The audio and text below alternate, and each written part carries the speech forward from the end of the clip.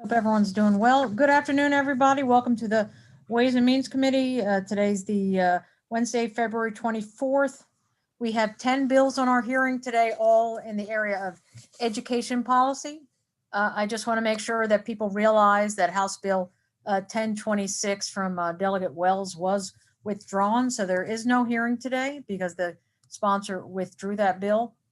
On our first bill, as some bills are in the General Assembly, it is jointly assigned between Ways and Means and Appropriations. So we also have, in addition to our usual delegates, we have Delegate Forbes, Delegate Solomon, and Delegate Novotny here from the Appropriations Committee. And we will start first with Delegate Solomon, House Bill 944. Thank you, Madam Chair. It's nice to be back. And I wanted to just also start off by thanking, again, Delegate Ebersol, who has been a real partner on the early learning and childcare work that we've done. So I am back. I think this is my last bill before you all this session. So thank you for the hospitality. So I wanted to present, this is the Growing Family Childcare Opportunities Pilot Program. So we talked a lot, the last couple of weeks about the need to support and retain the existing childcare community that we have already. But we also know that we had a shortage even before the pandemic. And so what this bill starts to address is the real shortage that we have in family childcare and how we can try and grow high quality childcare opportunities. And it's based off of a program that's been up and running in Montgomery County for about 2 years. It's for what is a relatively small sum of money. It has been incredibly successful, and I'll touch on that later. But what we're hoping to do with this bill is essentially create 3 new pilot programs based off the Montgomery County program that's worked in partnership with the Maryland Family Network and MSDE's childcare resource centers, and start to see if the model that's been working really well in Montgomery County will work in other jurisdictions. And so it lays out, the opportunity for essentially 3 other jurisdictions, a rural, an urban, and a suburban jurisdiction in the state to apply for these types of grants. And what this program would do is essentially create kind of a soup to nuts training, growth and retention and pipeline program for individuals who want to open family childcare businesses. And if you're not familiar, a family childcare center is usually operated out of somebody's home. It can serve up to 8 or 9 children, depending on the size that it's licensed for. They're often run by women. They're often run by people of color or immigrants, and they kind of fill a gap that sometimes centers, more traditional, larger centers can't do. So they tend to be more rooted in the community. They tend to have more flexible hours. They tend to have more direct relationships with families. So sometimes, particularly immigrant families, feel more comfortable sending their kids there. But there's a lot of issues with running a family childcare center, just like you would have running any type of small business. And what we've seen is just a real precipitous decline, almost by more than half of the number of family childcare centers that have been licensed and operating in the state. And we expect that number to probably decline, even further after the pandemic. And it's because of reasons you would expect, right? It's hard to run your own business. You have to make sure that you're licensed and certified. While you're running your own business, it may be difficult to be able to get, the additional professional development you need to get other certifications. And so that's really what this program aimed to tackle. Starting out by, doing outreach and recruitment, particularly in areas of high need and in communities within Montgomery County, that really see a lack of childcare. They went out and they recruited mentors, and they went and worked and talked with folks who work in childcare centers that may be interested in opening their own. They did training and technical assistance. So the Montgomery County program consolidated the 48.5 hours of MSDE certification training that's required, and actually literally run certification programs and the training. They provide startup help, a little bit of seed money to be able to get the materials. They partner with the Women's Business Center in Montgomery County to provide that sort of back end business know-how and knowledge that some folks may need. And then they provide retention, so ongoing training, business help, partnership, professional development, and accreditation. And those are sort of the elements that are laid out in what we think would make a successful pilot program. And so we're hoping that 3 counties would be willing to essentially do a match. So the program is funded at $150,000 per program. The total Montgomery County budget was about $300,000, which paid for about 2 staff the retention and startup programs, all of the training. And so the state would contribute $450,000 total, again, $150,000 to each startup, each pilot, which would be matched either through dollar for dollar or in-kind contributions. So if a business organization in the county were willing to step up and provide time and resources, that could count towards the match. And we know that not every county would necessarily need the full $300,000. That's just what the Montgomery County budget was. And I just wanted to touch on some of the results. So the Montgomery County program has been up and running for about 2 years. And in that time, they were able to create 61 new family child care businesses, which meant that there were 321 new available child care slots. And those were in some of the highest poverty zip codes that we have in our county. The overwhelming majority of those centers were run by folks who speak a foreign language, including 25 Spanish speakers. And again, the majority of those folks were women and their women-owned small businesses. So, we think that this is a really effective model, could be a very effective model going forward for continuing to grow. And you'll see there's a lot of written support that was sent in, and it's from an incredibly diverse group of organizations, from NARAL and Marylanders Against Poverty to MACO and MML to the Greater Baltimore Committee. And I think that's reflective of the support that we have for knowing, frankly, how important childcare is to growing our economy. The last thing that I wanted to touch on just very quickly, the funding, we mandate funding for fiscal years 23 and 24, but we do write a provision in the bill that, if money is available, it could be funded immediately. And the reason we have that in there is, we know the state is more than likely going to get another sizable influx of federal childcare dollars. And we think that this program would fit really well into, many of the priorities that have been laid out by Congress for childcare. So this could be funded, pretty easily with some of the money that the state was to get. And there was an amendment that we submitted. We had some drafting issues at the last minute, so we submitted it as an amendment. We did not want to penalize Montgomery County for obviously having a program already available. So if the amendment says if MSDE is not able to find 3 jurisdictions that would be willing to do this program, Montgomery County or counties that have similar programs would be eligible to apply for matching funding to continue to expand their programs. And with that, I'm happy to take questions and would urge a favorable report. Thank you, Delegate Solomon. I first want to ask you a question. I know that the governor included some early childhood expansion funds, specifically for Maryland Excel's support and technical assistance and so forth for childcare.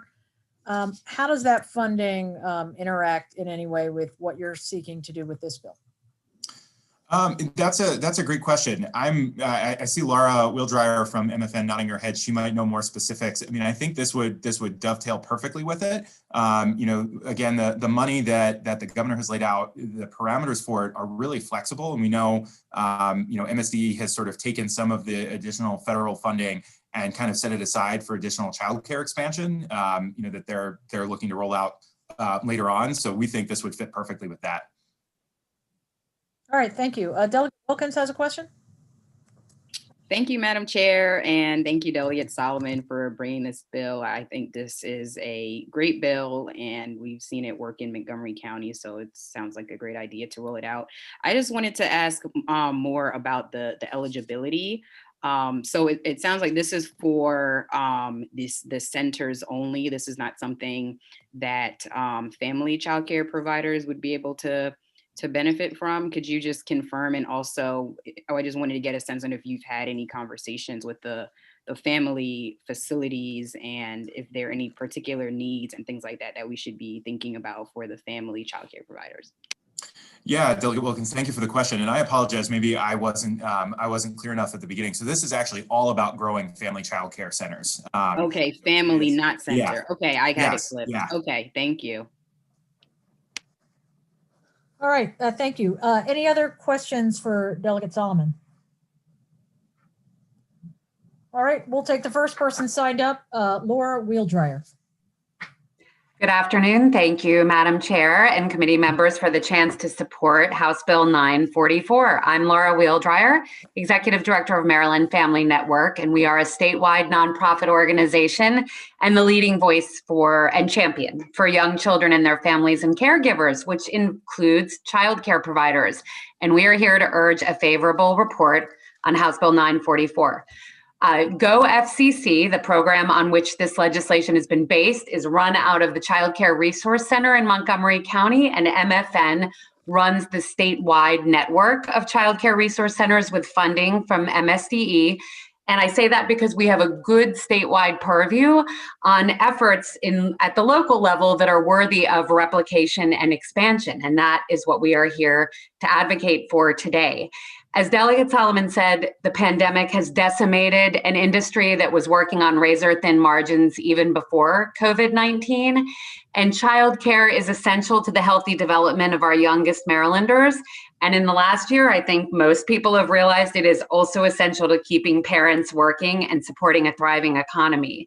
And this bill is one piece of the puzzle to try and address a national trend that was happening even before COVID, which was this steady decrease in family-based childcare providers. In Maryland, in the last 25 years, we've gone from 15,000 family-based providers to 6,000 now. And to be honest with you, we don't know what that number will be when things finally return to a pre-pandemic normal. So this trend demonstrates the difficulty in sustaining childcare as a business and the difficulty in recruiting new providers into the field. This bill answers one piece of that. Delegate Solomon mentioned that the results have been amazing. I just want to add a couple more things. First of all, to the earlier question about criteria, the only criteria to enter this program is a Social Security number. That is it. The real thing I want to emphasize to you is that without this program, the process of getting trained and licensed and opening a family childcare business takes 12 to 13 months, and that is based on data tracked through the Office of Childcare. Go FCC in Montgomery County has reduced that time to 4 to 6 months for providers. So that means getting people basically employed and functioning and bringing money in to their business. There is a real emphasis here on best business practices, which leads to sustainability. So let me just wrap up and say, this is an easy one. This bill is perfect for 2021. It supports families and high quality care. It supports women and minority owned businesses. And it seeks to promote equity through targeted support in under-resourced communities. That is a dual bang for the buck because in Montgomery County, they have focused on women who are underemployed. Ms. Wheeldryer, the number was up a little bit. Okay, so sorry. Thank you. I have lots to say about it. It's a wonderful bill. Thanks for your time. All right, there will be questions and there are other people testifying. We'll take breaks after 3 names and then questions and then again, a few more people testifying. Next, we have Ruby Daniels. Oh, good afternoon, everyone. My name is Ruby Daniels, and I'm the president of Maryland State Family Childcare Association, also known as MSFCCA. I'd like to thank Madam Kaiser and Delegate Solomon and the committee for this opportunity to speak on behalf of House Bill 944. MSFCCA represents over 4,000 family childcare providers and are an important part of the childcare delivery system in Maryland. We are concerned about the decline of family childcare and large family programs in Maryland. To put this in context, in 2020, there were 5,091 family childcare programs that were operating. As of February 5th, 2021, only 4,345 were operational. That is a decline of 745, a 14.63% decline in 1 year, which translates to a decrease of 5,960 family childcare slots for working parents. There are many reasons for this, though a significant one is a lack of financial stability for the profession.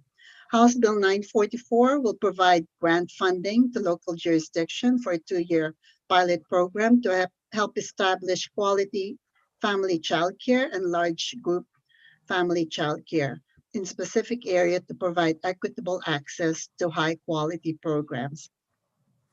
Family childcare is made up of predominantly women and minorities who many times are also single family households.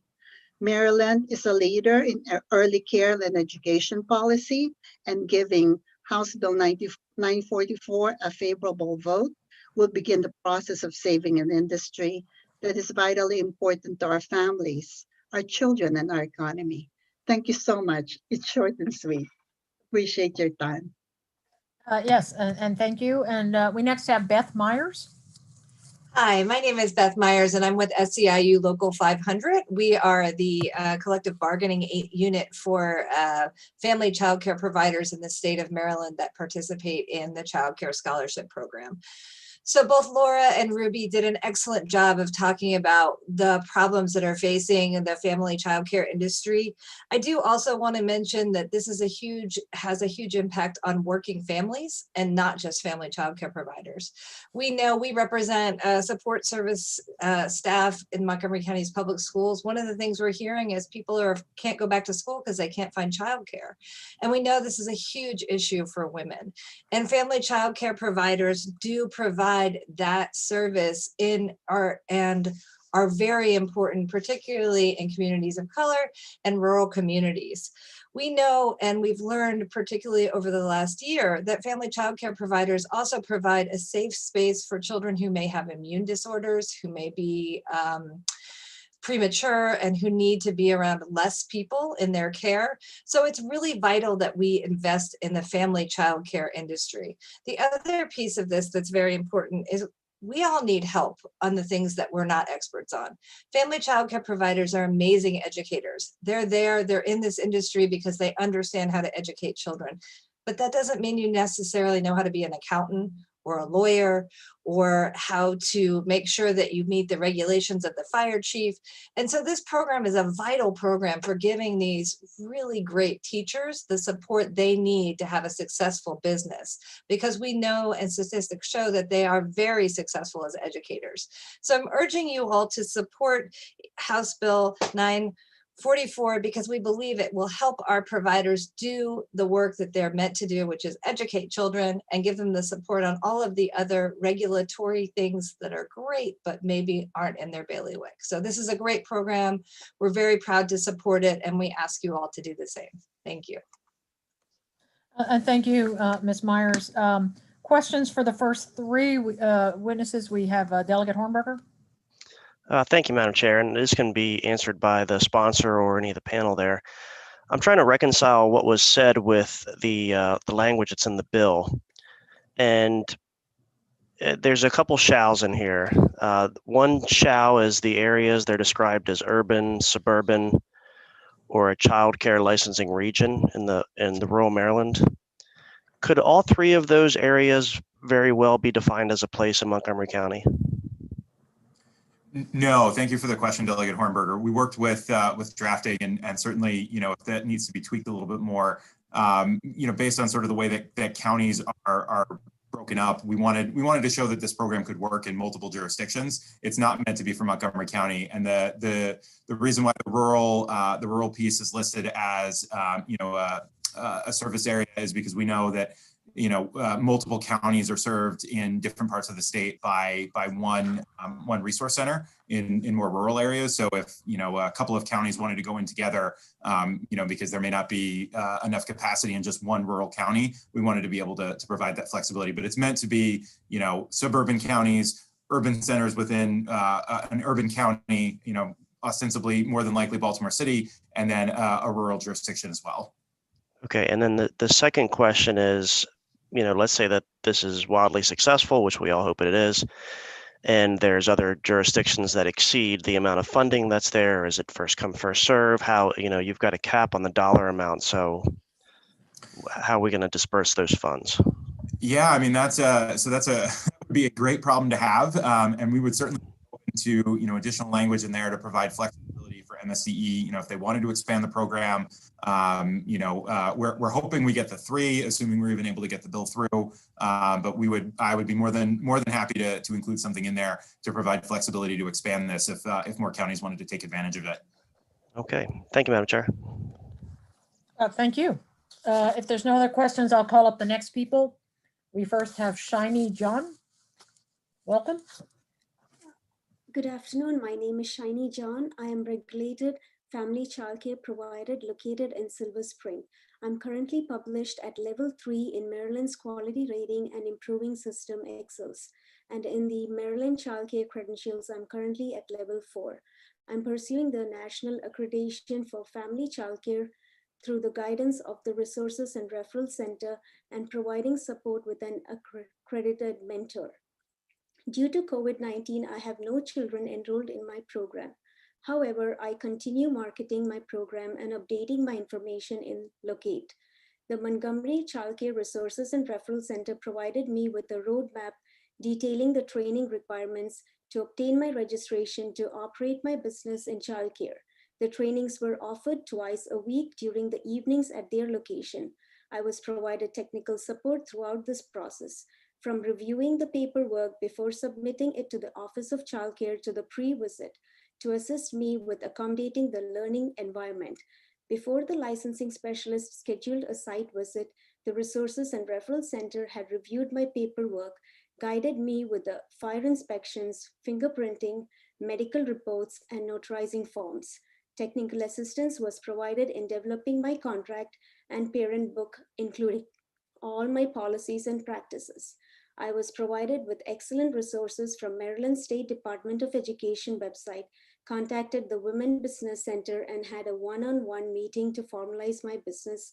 Furthermore, the Resources and Referral Center, through Growing Opportunities Family Childcare, they paid for first annual registration in the Montgomery County Family Childcare Association.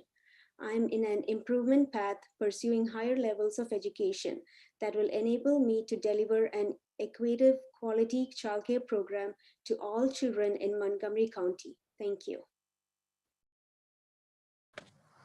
Thank you very much. We next have Drew Jabin. Hi, thank you. Chair, Vice Chair, members of the committee. For the record, Drew Jabin on behalf of the Maryland Association of Counties, here in support of House Bill 944. As always, you have my written testimony. I will be very brief. I just want to make a few points. The pandemic continues to impact families across the state, and access to affordable, safe childcare opportunities is so critically important right now.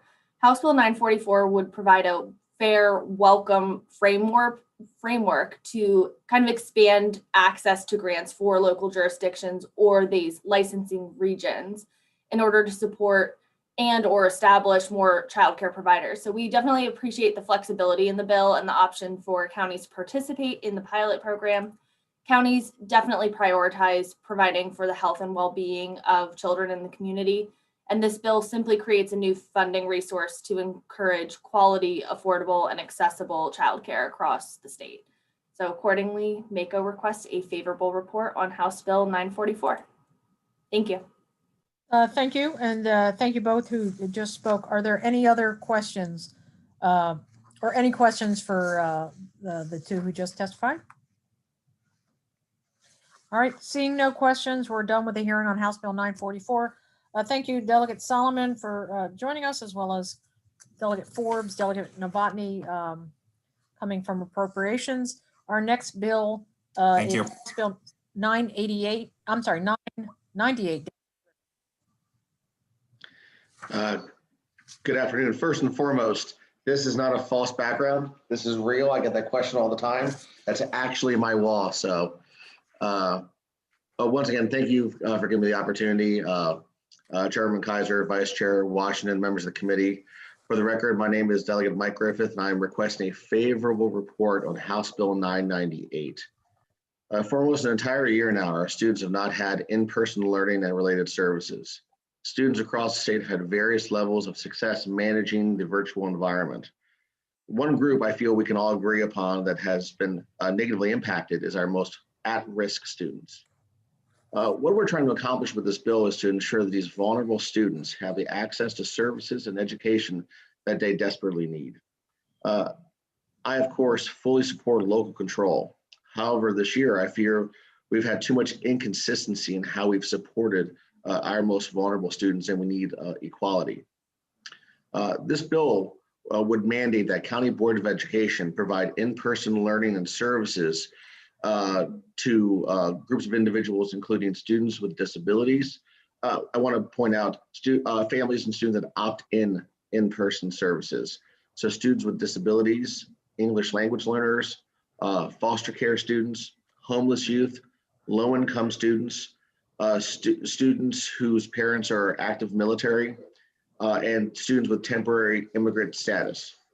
And with the rise of mental health issues and suicide rates in our nation, students' population, and with the massive national decrease in child abuse reporting that some studies conclude a result of child abuse cases not being identified in schools, where many of these cases are identified. These services go beyond just education, but also mental health. These services would mandate speech, language, and pathology services, counseling services, physical therapy, occupational therapy, and behavioral health services and nutrition services. The scope of this is very narrow in terms of this bill would only be for 1 year and would only apply to the 2021-2022 school year, and would not go into effect prior to July of this year, giving school systems time to develop and plan in accordance with this, and would allow time for us next session to work on a long-term plan to make sure these services are provided for these at-risk students. For me personally, this has been a particularly tough year as a father of a special needs student receiving these services or not, and not just the regression that my son and so many kids across state have seen on the special needs segment of this, but also the investment that my family's had to make to supplement the education, in-person education lost from this year. We've invested a great deal and ran up a great deal of debt this year to supplement my son's education. And at least I'm in a position where I'm blessed enough to be in a position to be able to run up debt. There are so many families across the state that are less fortunate than I, who don't even have the opportunity to run up debt to be able to offset the lack of these in-person services that are so important. So we just want to, the intent of this bill is just trying to make sure that our at-risk students get those in-person services they need moving forward. I'm grateful for your consideration, and I request a favorable report on House Bill 998. We have questions. We'll start with Delegate Ebersol. Thank you very much, Madam Chair. This bill is written fairly stringently. I don't see anything that would say there could be any other mitigating circumstances that would allow a school building to be closed, no students stay home. I mean, I know we're thinking COVID and people have different opinions on that, but suppose there's some other sort of natural disaster. Would they be required to send kids to school in any case? Well, we're certainly open to any amendments to this. Obviously, I'm simply just trying to solve a problem here. And Delegate Ebersol, I know you're certainly an expert in this area. Once again, I would love to hear any feedback you have, any opportunities to work with a third party, maybe timeframes if the school closures were beyond a certain period of time, 2 weeks or a month, whatever the case may be. We're just trying to find a way to make sure that we have a better plan in place so this doesn't happen again to these at-risk kids who are, again, suffering, economically, mentally, and obviously where the development in time we're never going to get back. So I would love to hear any of your thoughts, suggestions to make this a better bill. Thank you. Other questions? Delegate Guyton. Thank you, Madam Chair, and thank you so much, Delegate Griffith, for bringing this bill. I am 100% with you with recognizing the importance of this problem and the deficits that our kids with special needs in particular had to deal with this year. I have a question, though. I'm kind of piggybacking on Delegate Ebersol's question about, does it have to be in the school building? Did you consider writing this bill so that you say that these special education services must continue in some form or fashion in an in-person manner? I know you're really looking for the in-person, right? You wouldn't be comfortable with any hybrid or virtual services. Whether that is within the home or at another facility, to deal with the questions that Delegate Ebersol has brought up. And that's correct. Just like I had a bill in this committee previously related to IEP services, I'm certainly completely on board with an opportunity to work with a third party, even a pre-approved third party, by the respective school systems. 'Cause it's so important that these services are done in person. I know these parents that I've spoken to, and certainly my family, we would be on board in school, out of school.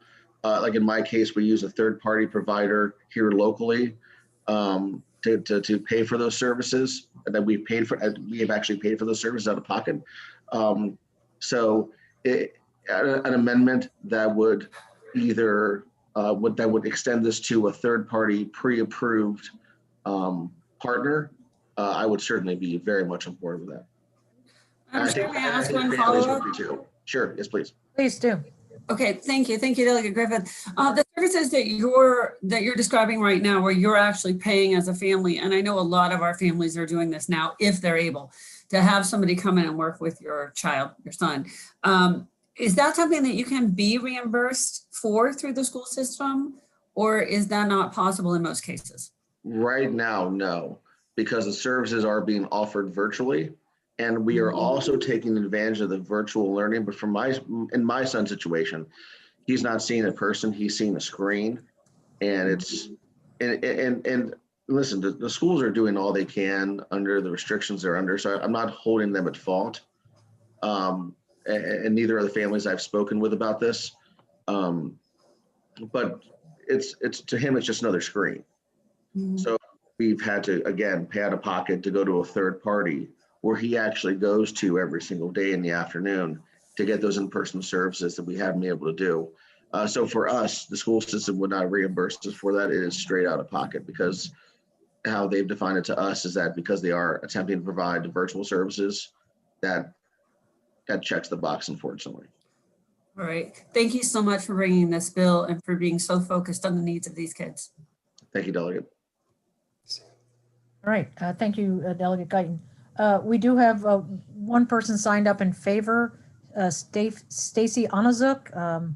Hope I didn't mispronounce your name. No, you did great. Good afternoon. Thank you, Madam Chair and Delegate Griffith, for the opportunity to speak in favor of House Bill 998 today. Again, my name's Stacy Onazuk. I am the proud mom of 3 children that attend Cecil County Public Schools. I have a 6th grader. I have a 4th grader with ADHD who receives accommodation through a 504 plan. I also have a 2nd grader with autism that receives accommodations and special education services in his IEP. I hope my testimony gives you a glimpse into the negative impacts of virtual school environments for students with disabilities and their families. These virtual environments do not allow students with disabilities to achieve their free and appropriate education under the Individuals with Disabilities Act. While all my children have been impacted by the virtual school environment, my 2nd grader with autism has been impacted most significantly. He was part of the 5% that went back to school in September of 2020. Cecil County Public Schools identified these students because they needed more support and structure in a classroom setting. He was thriving with his routine, receiving Bs, and receiving his special education services in person. He was doing more writing, which helped his fine motor skills that had regressed during the end of the prior school year when we were virtual. In November, Cecil County Public Schools went all virtual. Computer efficiency is not taught until 2nd grade in Cecil County Public Schools. Due to this lack of knowledge, he would cry at the computer in frustration. He would lose his ability to refocus on a task. He started receiving Ds and Es on tests, which negatively impacted his confidence and mental health. He would retake tests for almost every single graded assignment per the county policy, which meant he was doing everything twice, which wasn't fair to him or his teachers. His fine motor skills began to regress again, and we enrolled him in occupational therapy through Kennedy Krieger Institute at our expense. The 5% went back to school in January, and while we thought that this was great, it was still virtual. So the whole point of returning to the classroom was to provide students with in-person instruction. He was physically in the school building, but he was wearing a headset and watching his teacher at home on her home on his computer all day. His special education was virtual, and he was struggling with focus and getting poor grades. And he was also struggling to get back to a new routine. On February 8th, teachers returned to the classroom. Another change for my son, but he's managing it very well. His 2 tests since in-person learning started have improved. The other impact is not just the student, it impacted our whole house. While he was learning virtually at home, I was his tech support, his paraprofessional, his teacher, and his mom. And I work a full-time job from home right now. I would need to redirect him 10 to 20 times per day. Professionally, I had to find a new job with a new company that provided more flexibility so that I could be more attentive to him at home. And that has impacted our family financially. My daughter, my son, and my husband also stop their day to assist him when he needs help. I understand that our county administrator likes to believe that they deliver the same quality education virtually as they do in person, but this is not the case. The teachers are trying their best, they really are, but there is no substitute for in-person instruction for students with disabilities. Thank you for your time today, and I ask that you all support in favor of House Bill 998. All right, thank you very much. Any questions?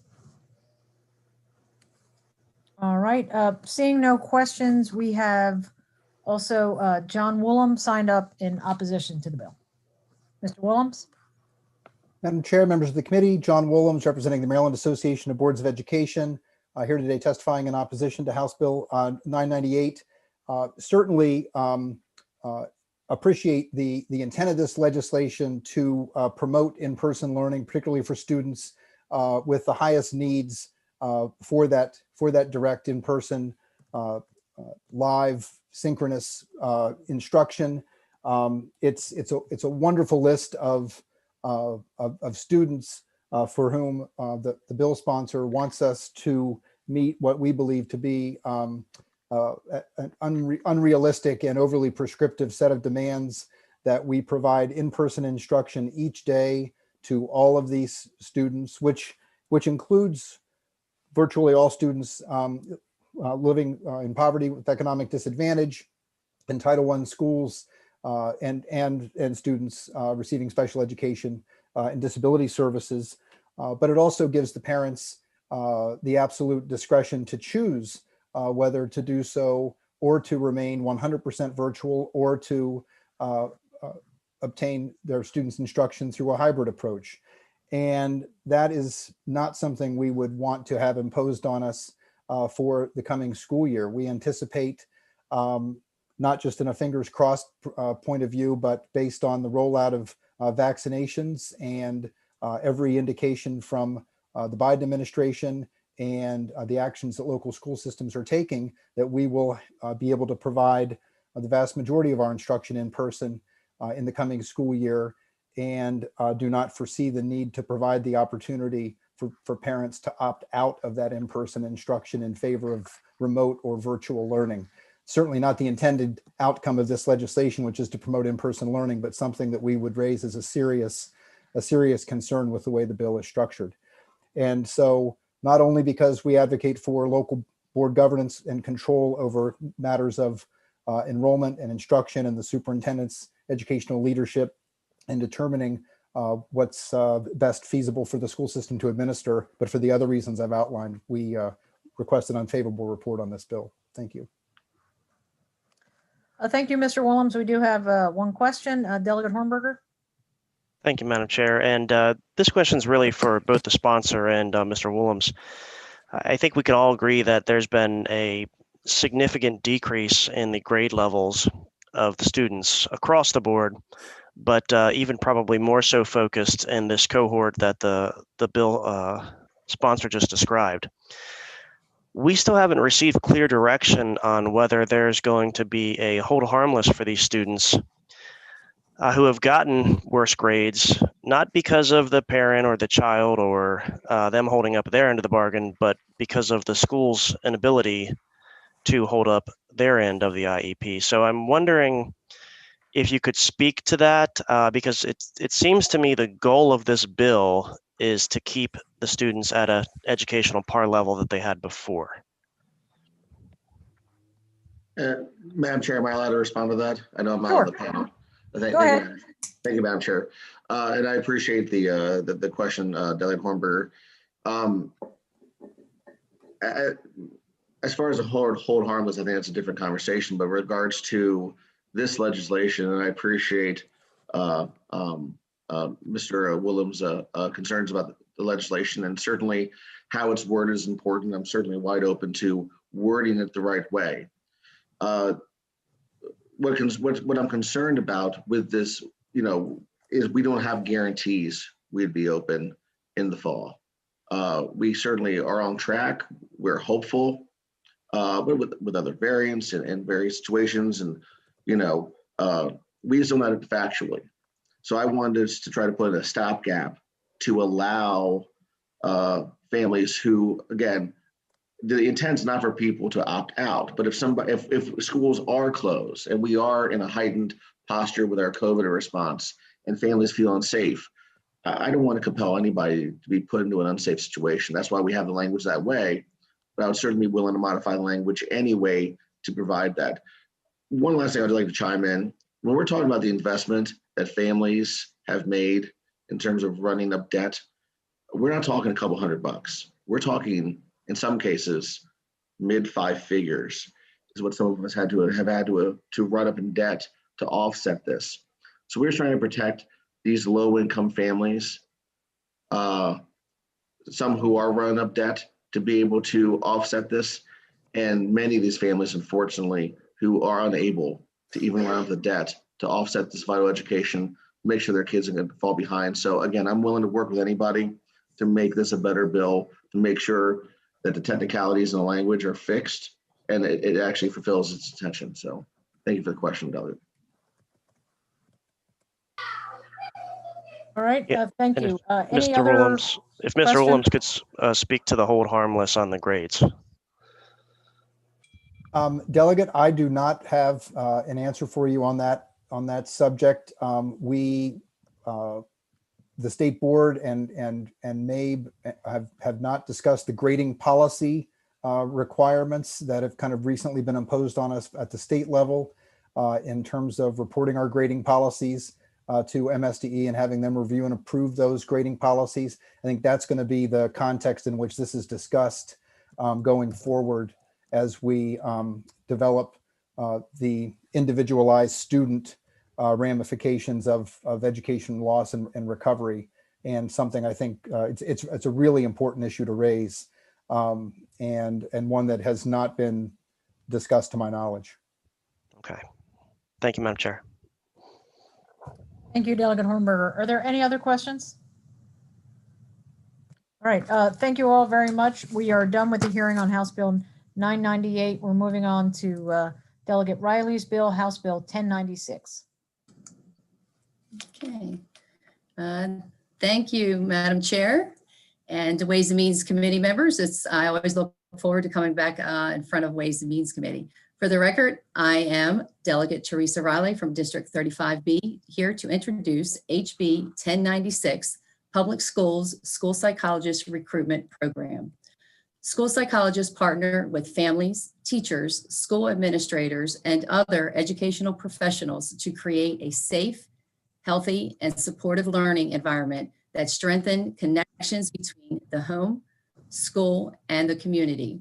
They are a very much needed resource within the K through 12 public school system.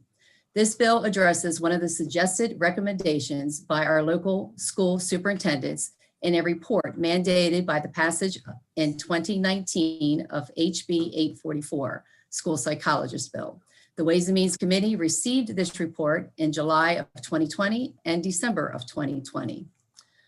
Currently, Maryland has a shortage of qualified school psychologists to work in our public schools. Oops. HB 1096 establishes a school psychologist recruitment program within MSDE for the purposes of recruiting and supporting and creating reimbursement opportunities for professional conferences and courses. Maryland cannot afford to wait any longer to give our students the support and the resources of our school psychologists can provide them. Moving up. Maryland, it is clear that there is a growing crisis in student suicides, major depression, behavioral health, and problems seen in our students. Unfortunately, there is an even more rapid increase because of the quarantine and remote learning and lack of sports and being with their peers due to the COVID-19 pandemic. I respectfully ask, well, first of all, before I go there, I have to mention I do have an amendment on there. After speaking with the advocates of the bill, I have accepted a friendly amendment, which you will find in my written testimony. The amendment also reduces the fiscal impacts significantly. I respectfully request a favorable report on HB 1096 as amended, and I'm happy to take any questions. And I'm not sure, Chair Kaiser, would this be appropriate time to bring on Mr. Kyle Potter? He's the Chair and Legislative Committee of Maryland School of Psychologists Association. He has signed up in favor of this particular bill with oral testimony.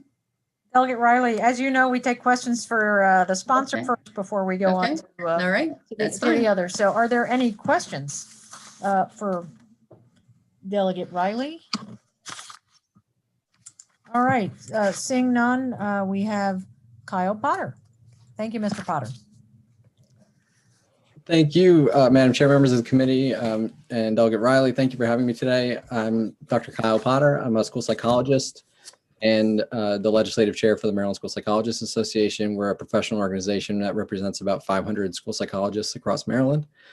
I'm here today to support HB 1096. As Delegate Riley said, there's an increasing shortage of qualified school psychologists available to work in Maryland schools. School psychologists are the most highly trained and qualified mental health providers working in our schools, so unfilled positions have a significant and negative impact on our students and school systems.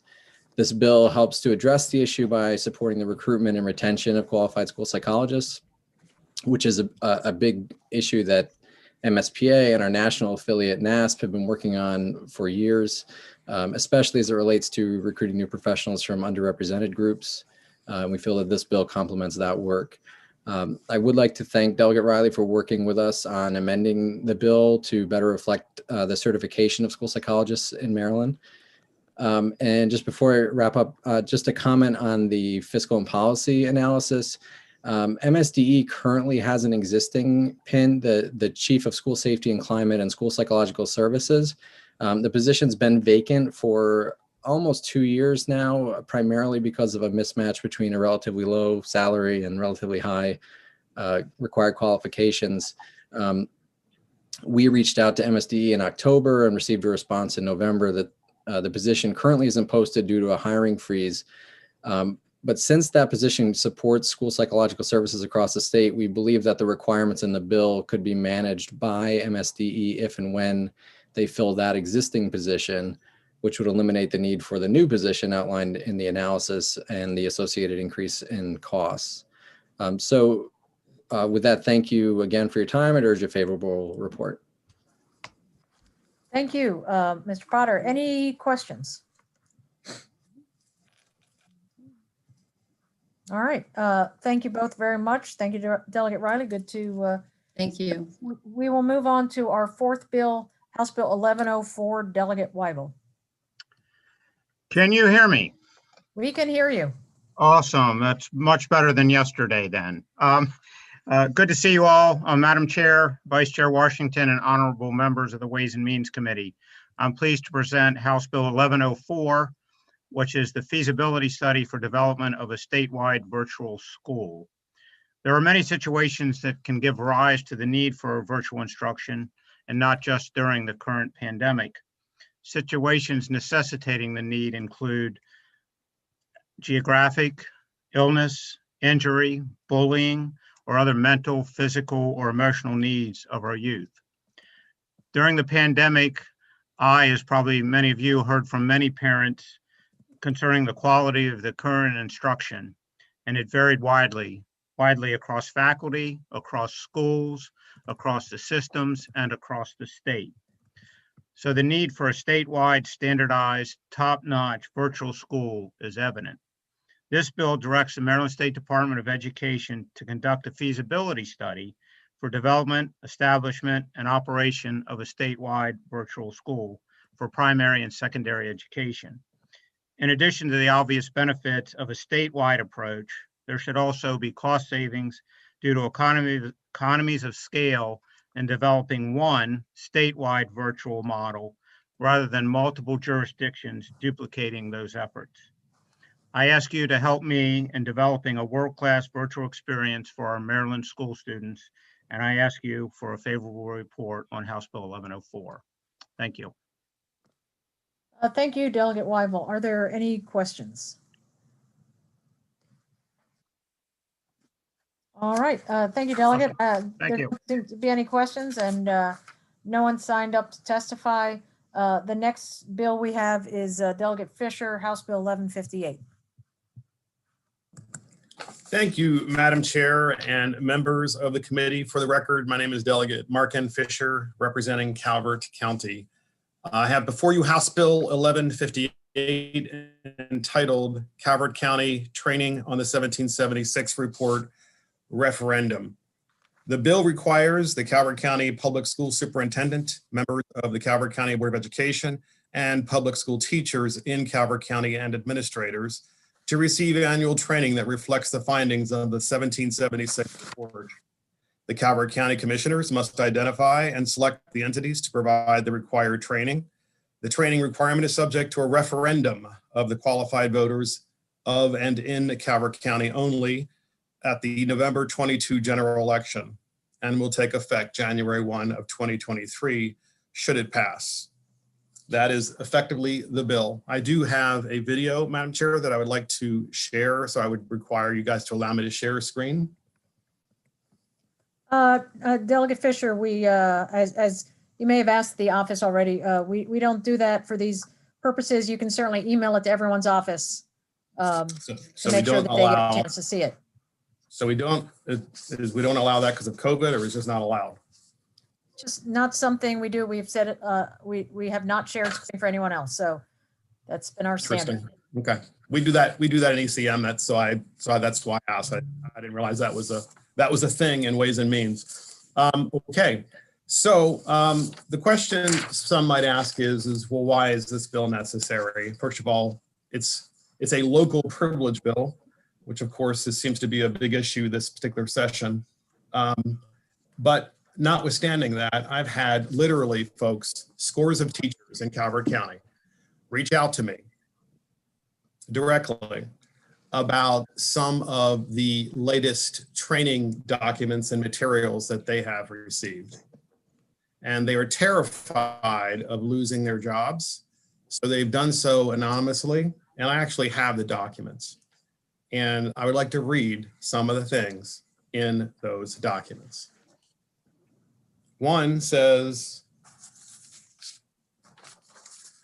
that in a so-called one up, one down chart training session for the teachers in Calvert County, it tells teachers that certain identity groups, solely because of the way they look, are better off than others. I want to say that again. Solely because of the way they look. Solely. Some are better off than others. It says the least oppressed person, this is actually in the text for the Calvert County teachers. The least oppressed person is a white, straight Protestant, born in the US, speaks English, and owns his own home.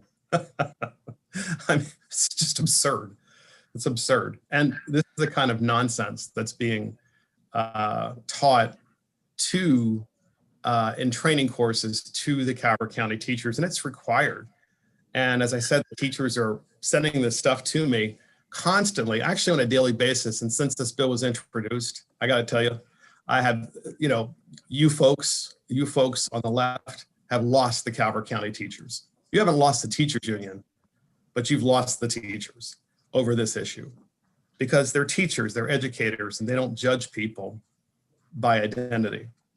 Another one, of course, is one of my favorites as well, and I'm being sarcastic. Do you know the only presidents that had poets at their inaugurations were Democrats? This is a training course. It's a training course. I mean, can you imagine? You're trying to train teachers to make them better educators, which is a good thing. It's a really good thing. And in your training document, you have leftist propaganda trying to teach teachers that the only good presidents are Democrat presidents because those are the only ones who have had poets at their inauguration. How stupid, right? How obvious, how biased, how non-liberal, right? Because it used to mean that being a liberal meant that you had critical thinking skills. You didn't fear learning different things. And so I got to tell, and by the way, I could go on and on with some of this nonsense that's in this document. I mean, it's just one after another, and we're getting more and more booklets from the teachers in Cuyahoga County because the teachers are getting more and more of these so-called education training segments. And I have to tell you something, the rank and file teachers in Cuyahoga County are just wonderful, wonderful people. They really are. And I've always supported them, and I support them here. And my goal with this bill, and this is important for your committee, okay, this is really important. And I want you to understand this before you start jumping and asking questions and thinking ulterior motive here. The purpose of this bill is to begin a conversation in our county, to begin a conversation about that which divides us and about curriculum in schools.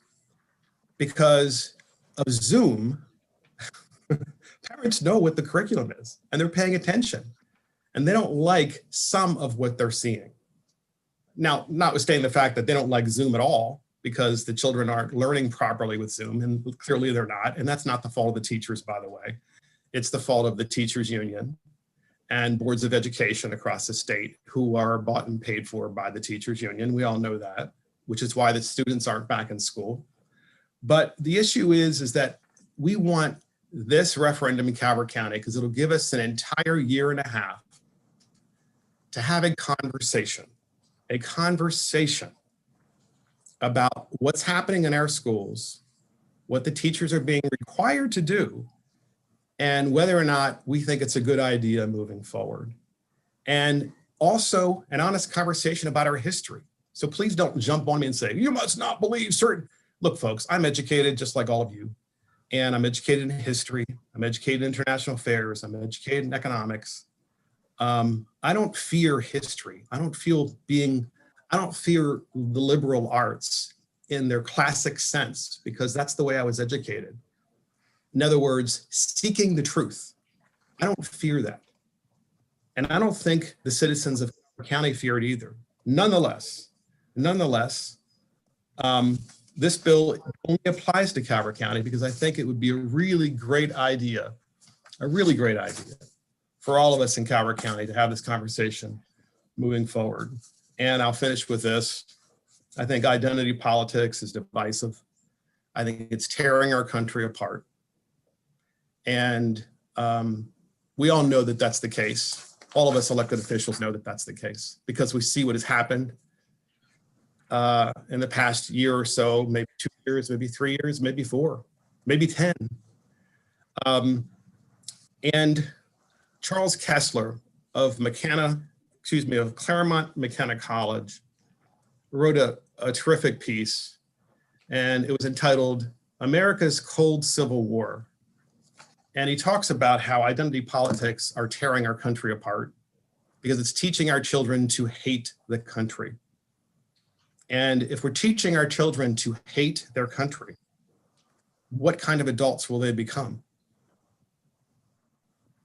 And his premise, Charles Kessler's premise, is we need to have a conversation, a national conversation now, but this bill is only just for Cuyahoga County, to be clear, because what we don't want is for the cold civil war in America to become a hot civil war.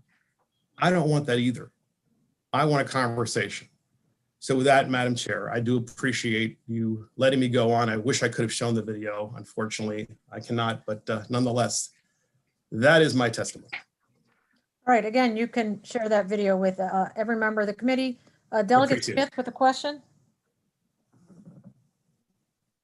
Thank you, Madam Chair, and thank you to the good delegate from Calvert for presenting this bill. I appreciate your time today. I just have two quick questions. I know that on January 21st of this year, President Biden actually laid to bed the very 1776 commission you referenced, of which it was made up of 18 individuals, of whom none were historians. So if this actual commission is defunct, and it was not comprised of any historians, and their work product, of which was 40 pages, 20 of which were appendices, what makes this bill particularly relevant? Sure. First of all, Delegate, those are great questions, and those are fair questions. I mean that sincerely. So Victor Davis Hanson, a senior fellow and professor at Stanford University, is not only obviously an academic, but an historian, and he was on the commission. Larry Arnn of Hillsdale College, professor and historian, was on the commission, as were many others.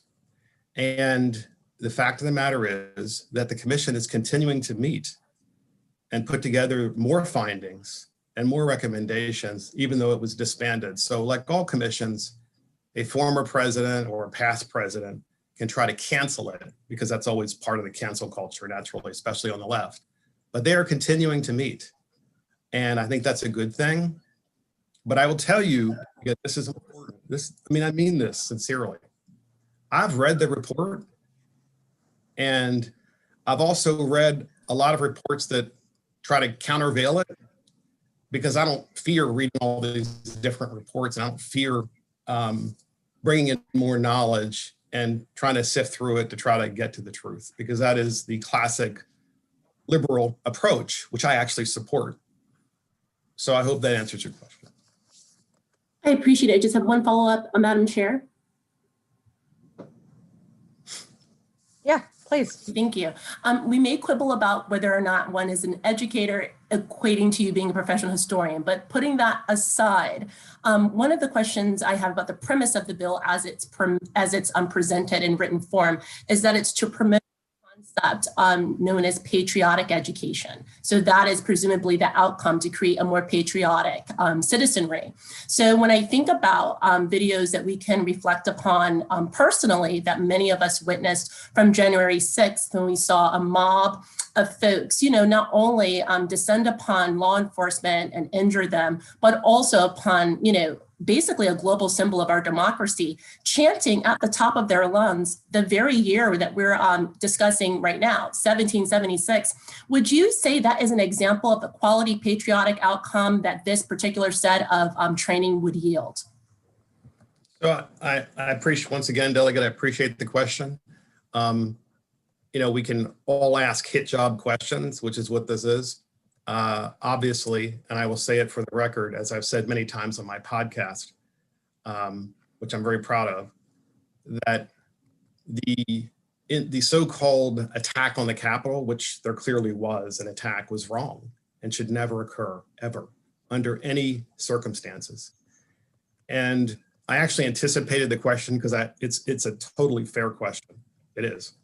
And I anticipated the question, which is why I brought up Mr. Kessler, the academic and professor at Claremont McKenna, about his concern about our current status in the country, where we are in a state of cold civil war.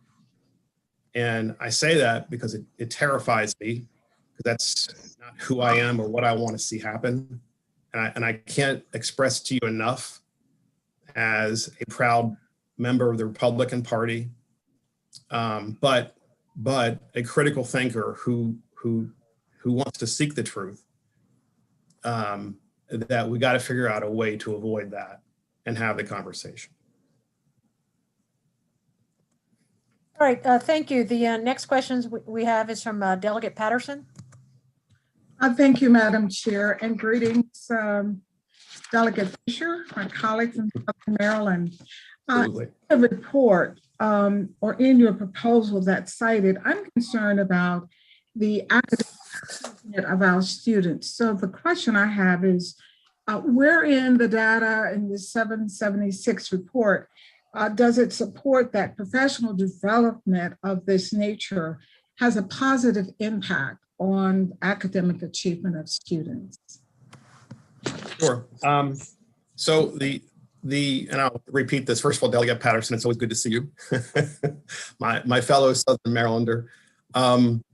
So the 1776 report and the purpose of it being this bill, and again, it's a referendum, folks, which in other words, it's a conversation within Calvert County, which is really kind of a cool thing because it's conversation. It's going to cause people, I think, to come together in meetings because I really envision that happening in Calvert County where we would have a series of open meetings in all different parts of the county, talking openly about our concerns about some of the curriculum that has found its way in public education, some of our concerns about public education, as well as the really central theme, which is why are we so divided, right? Why are we so divided? And how do we fix that? How do we find ways of talking to each other again? You know, I mean, if there is any one thing I would love to leave the day that I leave the House of Delegates, it would be, I would love to see that we figure out a way of at least talking in a different way. So Delegate Patterson, one of the booklets that the teachers sent me is this booklet. I'm sure you can't see it, but I'd be happy to provide it to you. I'd have to redact some of the teachers' names, of course. But that information is some of the information that's being taught and trained to the teachers. So I would have to ask the question, and it's a rhetorical question because I know I can't ask questions at bill hearings, but it's a rhetorical question, and that is, why on earth are we trying to put into curriculum certain things that engage in and promote identity politics about someone who, and it's just, again, this is one of the, scores of examples. Someone who is Protestant, straight, US born, English speaking, and white, and that they are kind of on the upper part of the chain. First of all, we know from common sense, not from data, from common sense, that not everybody has the same starting point in life. And I can tell you with my own life, my father is Protestant, and my backyard growing up in Baltimore was a junkyard with 6 people in a house with 1.5 bedrooms and 1 bathroom. And I feel like if we learn how to talk to each other that way about how we grew up and where we came from, we will be much less likely to engage in identity politics.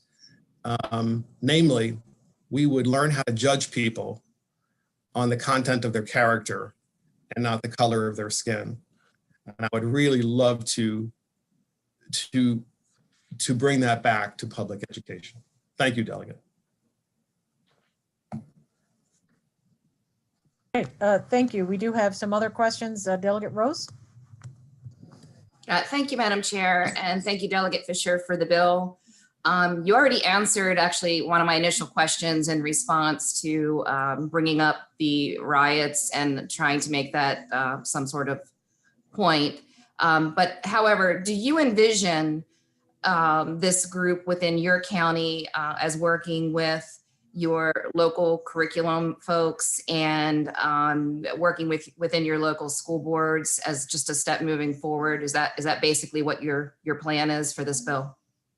Yeah, thank you for the question, Delegate Rose. So the bill is unique in that it has a countervailing force in it, whereby it is indeed the Board of Education in conjunction with the superintendent, in conjunction with the county commissioners. So one of the things that currently does not exist, at least in Calvert County, I don't know about the rest of the state, is the county commissioners don't really have, there's no real check and balance with the county commissioners and the superintendent and the Board of Ed with respect to curriculum and public education. the only leverage the county commissioners have really is money, but that's all prescribed anyway by state law. So it has to happen. And then once that money is transferred to the school system, there's no further leverage. And by leverage, I'm just talking about like a check and balance. And so the answer to your question is yes, we would love to have that opportunity to put that check and balance in place. And that would force the conversation, which is all I'm trying to do with this bill. Look, I know all the members of the General Assembly would probably agree with a lot of the idea that we need to learn how to talk to one another again. And we've got to learn how to bring communities together again. And that's really all I'm trying to do in Calvert. Thank you. All right, thank you. Are there any other questions? All right, we do have one person signed up. I'm not sure if I see him here, Mr. Vince McAvoy. Mr. McAvoy, are you here? Let me just double check in the, right, he's not in the waiting room. Seeing no other questions, we are done with the hearing on House Bill 1158. Thank you, Delegate Fisher. Thank you, Madam Chair. Appreciate it. House Bill 975, Prince George's County, Delegate Washington. Thank you, Madam Speaker. This is a similar bill as the last bill you heard. Thanks for the promotion. Oh, shoot. Man, I made two mistakes there. Thank you, Madam Chair. Delegate Washington here to speak on House Bill 975, which is a local Prince George's County delegation bill. This bill simply provides additional abilities for the student board member to vote on, new pieces for them to vote on. It also allows the school board members the ability to run for a different position, elected position, while on a school board. Several years ago, the General Assembly passed legislation stipulating that a Prince George's County school board member, elected member only in the state of Maryland, cannot run for another political office without stepping down from that current position. So with that said, we have not voted on this bill in our delegation, and I urge a favorable report when we do get that that letter from the delegation. Thank you, Madam Chair. And if I didn't mention, it does expand the voting rights of the student school board member, is what I was trying to say earlier. So thank you, Madam. Thank you, Delegate Washington. Many years ago, I was reviewing another bill, and that's when I discovered that yours was the only county that made school board members not be able to run for any other office. Anyway, we have questions. Delegate Hornburger. Thanks, Madam Chair. And this is more of a technical question, not so much on the local impact of the bill. Are there protections set in place for student members? Obviously it's a unique situation where they may make a vote that somehow maybe the school that they go to school at doesn't like, and be able to pressure them into a certain decision or another. That's just a concern or general question. Is there anything that protects them on their votes? Yeah, look, our student school board member is voted on by the members of the student body. So they're elected representatives on the board. I would think they would have any protection that any other elected member of the board would have. That sounds like a very specific issue that you're asking that I can't answer directly. Okay, thank you. Thank you, Madam Chair. I mean, I think you could check with council or maybe even with. Yeah, that's actually what I was thinking. Probably might be a better audience to answer. Like the Student State Government Association. Some of us met with students like that actually earlier today to check with them if they've ever had that kind of problem for the student member. I've never heard it brought up, and they've never brought that to us before. It would be worth reaching out to them. Okay, thanks. Delegate Ebersol. Thank you. Great bill. Very excited Prince George's County is doing this. Maybe it's a little too granular, but given some of the testimony we've heard on other things for students, I'm wondering what wonderful new abilities you're giving them for voting in Prince George's County. Yeah, sure, Delegate. It'll be for them to be able to vote on the budget, excuse me, where's the screen here? for them to be able to vote on the operation budget as well as the capital budget, for them to vote on student discipline matters, for them to be able to vote on, there's a couple other things in there that we Right. One of the important ones is budget. I appreciate that because they can vote on policy, but if they can't put money behind it, then they really don't get a vote on that. Yeah, absolutely. I think that's a great point to bring up because, you know, especially because our students want to see more additional resources provided to certain schools or to certain areas within their jurisdiction. And a lot of times they don't get to say any of that. They get to vote on policies, but not particularly the budget. And they also get to vote on school boundaries as well. That's the one that I missed. The school boundaries they'll be able to vote on too. Thanks for bringing it. I'm glad the delegation might. Well, we'll see. I said might. Right, Daryl Barnes? Thank you. Is there another question, Delegate Hornburger? Or is that up from before? All right. If there's no other questions, sponsor only, we're done with the hearing on House Bill 975. Excuse me. House Bill 1060. Delegate Patterson. Thank you, Madam Chair, Mr. Vice Chair, and colleagues of the Ways and Means Committee. For the record, I'm Delegate Edith Patterson, testifying in support of House Bill 1060, Charles County Board of Education membership alterations. And for full disclosure, I would like to reveal I served 12 years as a member, vice chair, and chair of the Charles County Board of Education. As presented, I'm in the process of engaging with stakeholders and receiving possible amendments that will be added to this bill. This proposed legislation seeks to alter the manner of election for certain members of the Charles County Board of Education by specifying that certain members be elected from certain existing commissioner districts plus at large. Similar to what's offered in other counties, the legislation will require 4 members from the existing 4 commissioner districts and 3 members at large or countywide. You may ask, why is this proposed? Currently, there are 38 schools within our county. 4 of the high schools are in District 3 or 4, which is Waldorf. 4 of the 8 middle schools are in District 3 or 4, Waldorf, and 7 of the 23 elementary schools are in District 3 or 4. Yet in District 4, there is no representation on the current school board. When reviewing the composition of the 7 members who are on our board, 4 of the members reside in District 1, 2 members in District 2, and 1 member resides in District 3. Again, there is no representation in District 4. This legislation will afford full district representation on our county's Board of Education, plus the opportunity for 3 at-large seats throughout the county. The legislation will be amended. What is proposed is the need to establish staggered terms of service for elected members, beginning with a certain election that is being cited, along with prohibiting elected members from serving a certain number of consecutive terms.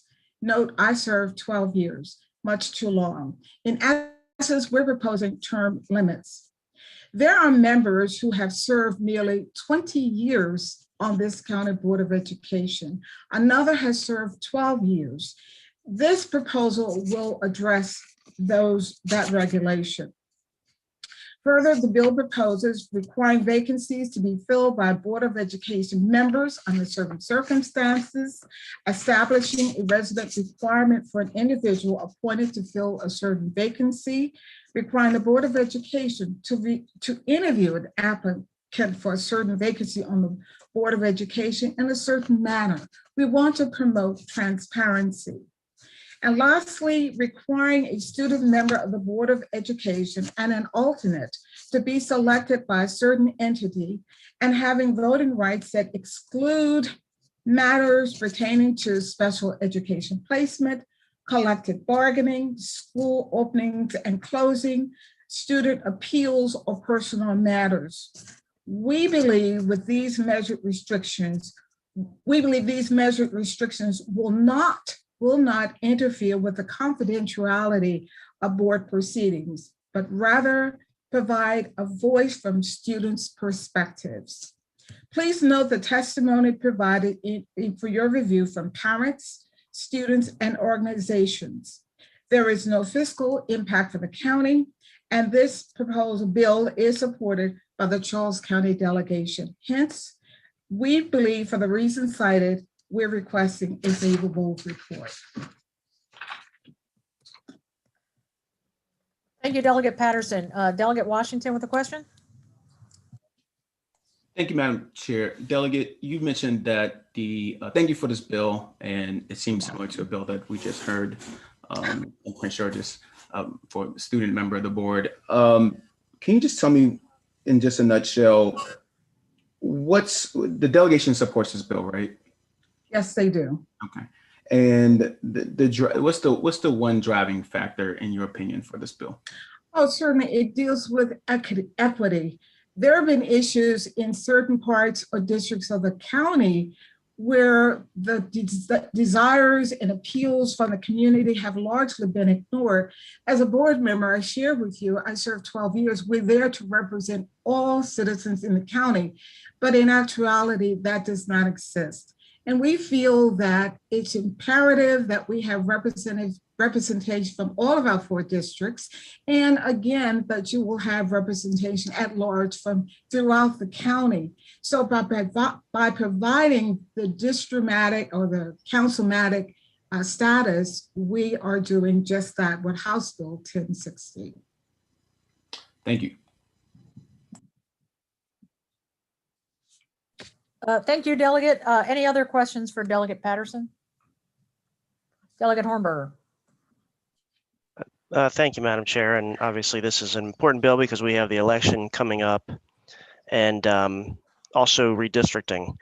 So I just had a technical question about, because right now I just read the fiscal and it looks like that all of your school board positions are elected countywide. Is that correct? That's correct. Okay. So I get the part about transitioning to councilmatic. However, I'm not understanding the retainment of the at-large seats. In other words, the ones that run for the full county. Why wouldn't you move to in each person residing in the district and the person voting for them in that district? Why is the hybrid? Well, because we want to make sure that we're guaranteed within each district there is representation.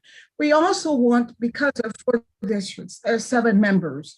And so we want to make sure, as amendment will show, it's not present for you right now, but we want to make sure that we also have 3 county-wide representation as well. But we're not banning the entire system. We're simply saying we want to ensure that there is representation in our 4 districts plus the 3 at large. And that's done in many of the counties throughout the state. Some of them have hybrids, as we would be classified as a hybrid. Okay, and then just one follow-up if I may. So the way the bill's written, you could have 4 people from one district, and then you could have a single person from all the other districts. Is that accurate? The way the bill is written is we will have 1 person from each district, 4 members. Then 3 members would be at large. And with that, it's a way, again, to ensure that there is district representation. Because right now, there is no district representation for District 4. Oh, okay. Thank you, Madam Chair. You'll see it again through the amendments. Okay. Thank you. Delegate Washington. Thank you. Sorry for taking a second bite of the apple, Madam Chair, but I did have a follow-up to Delegate Hornburger's question about the at-large members. Delegate Patterson, the at-large members will give a county-wide perspective on the school system. Is that the intention here? That is the intent. Got it. Okay. And the other we will not void the count of having county-wide elections. We just want to make sure that when representatives are elected, that all the districts are covered. Right. And Delegate, also when this bill was proposed at the local level, was there a public hearing? Did you get public input for this initiative at the local level? There's a public hearing during a time where the public in this instance, a public hearing was not required. We are going to follow through with public input. We're certainly getting public input and feed. We got a lot. The reason the bill was proposed largely because of civic organizations such as the Charles County NAACP and of course the student members and parents who wanted to see a change.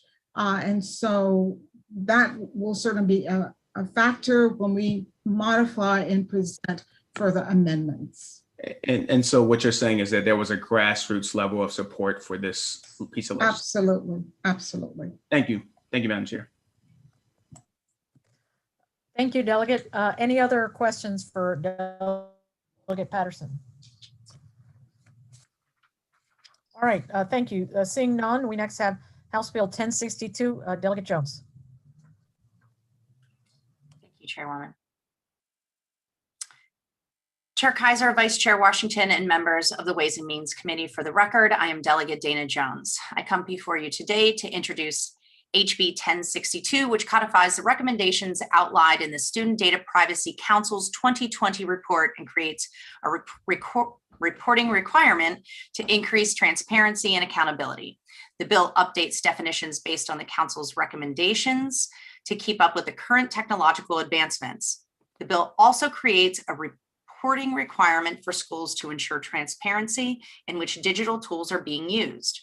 Knowing which digital tools are being used by teachers and administrators is an essential first step in securing our students' personal information.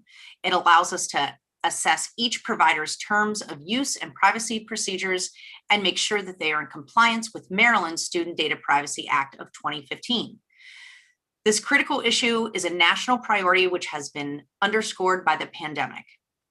The Council found that since 2013, over 130 state student privacy laws have been passed and over 1,000 bills were introduced on this topic in all 50 states.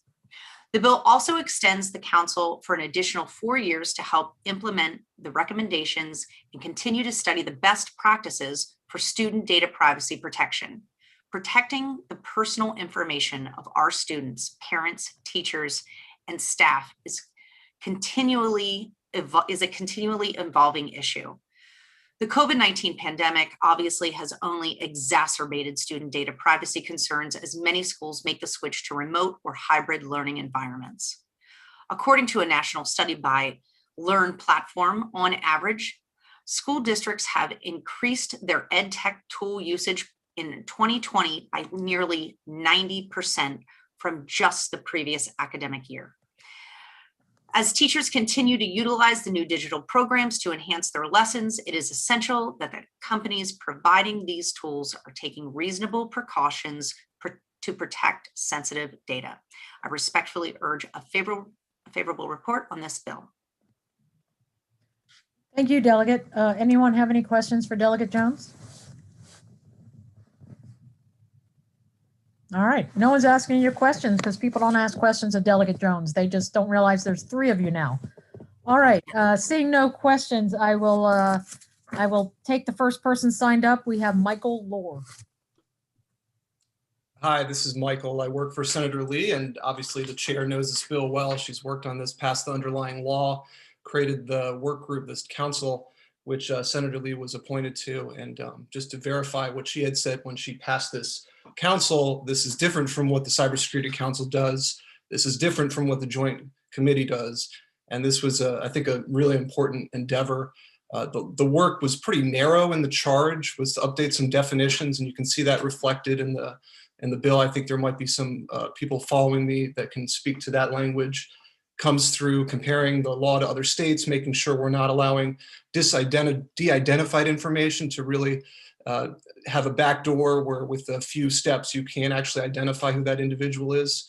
This is kind of a carve out from your traditional targeted advertisement prohibitions. This is really focused on the contract that the local school systems have with the vendors.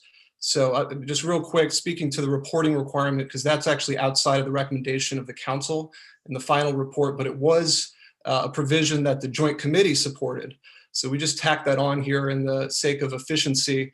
And it's really simple. The local school systems report what their digital tools are that they use. I think Howard County here is a great example. If you Google Howard County and their digital tools, not only will you find out what digital tools are approved, but you can, there's a process to apply for new digital tools to be approved. And it makes sense to have 3 categories here. I know there might be some opposition that they should list the operators instead of the tools, but I think it actually would be smart to have the tools listed themselves so that the parents can understand and not bother the local school systems, perhaps what is a best practice, what tools have been approved across the state, and importantly, what tools have not been approved.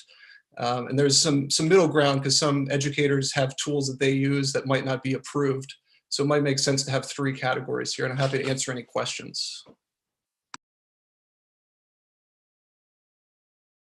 Thank you very much. We do have one other person signed up, and then we'll take questions. I'm sorry, the other person's favorable with amendment. Any questions for Mr. Lohr? All right, thank you. Seeing none, Amelia Vance, favorable with amendment. Good afternoon.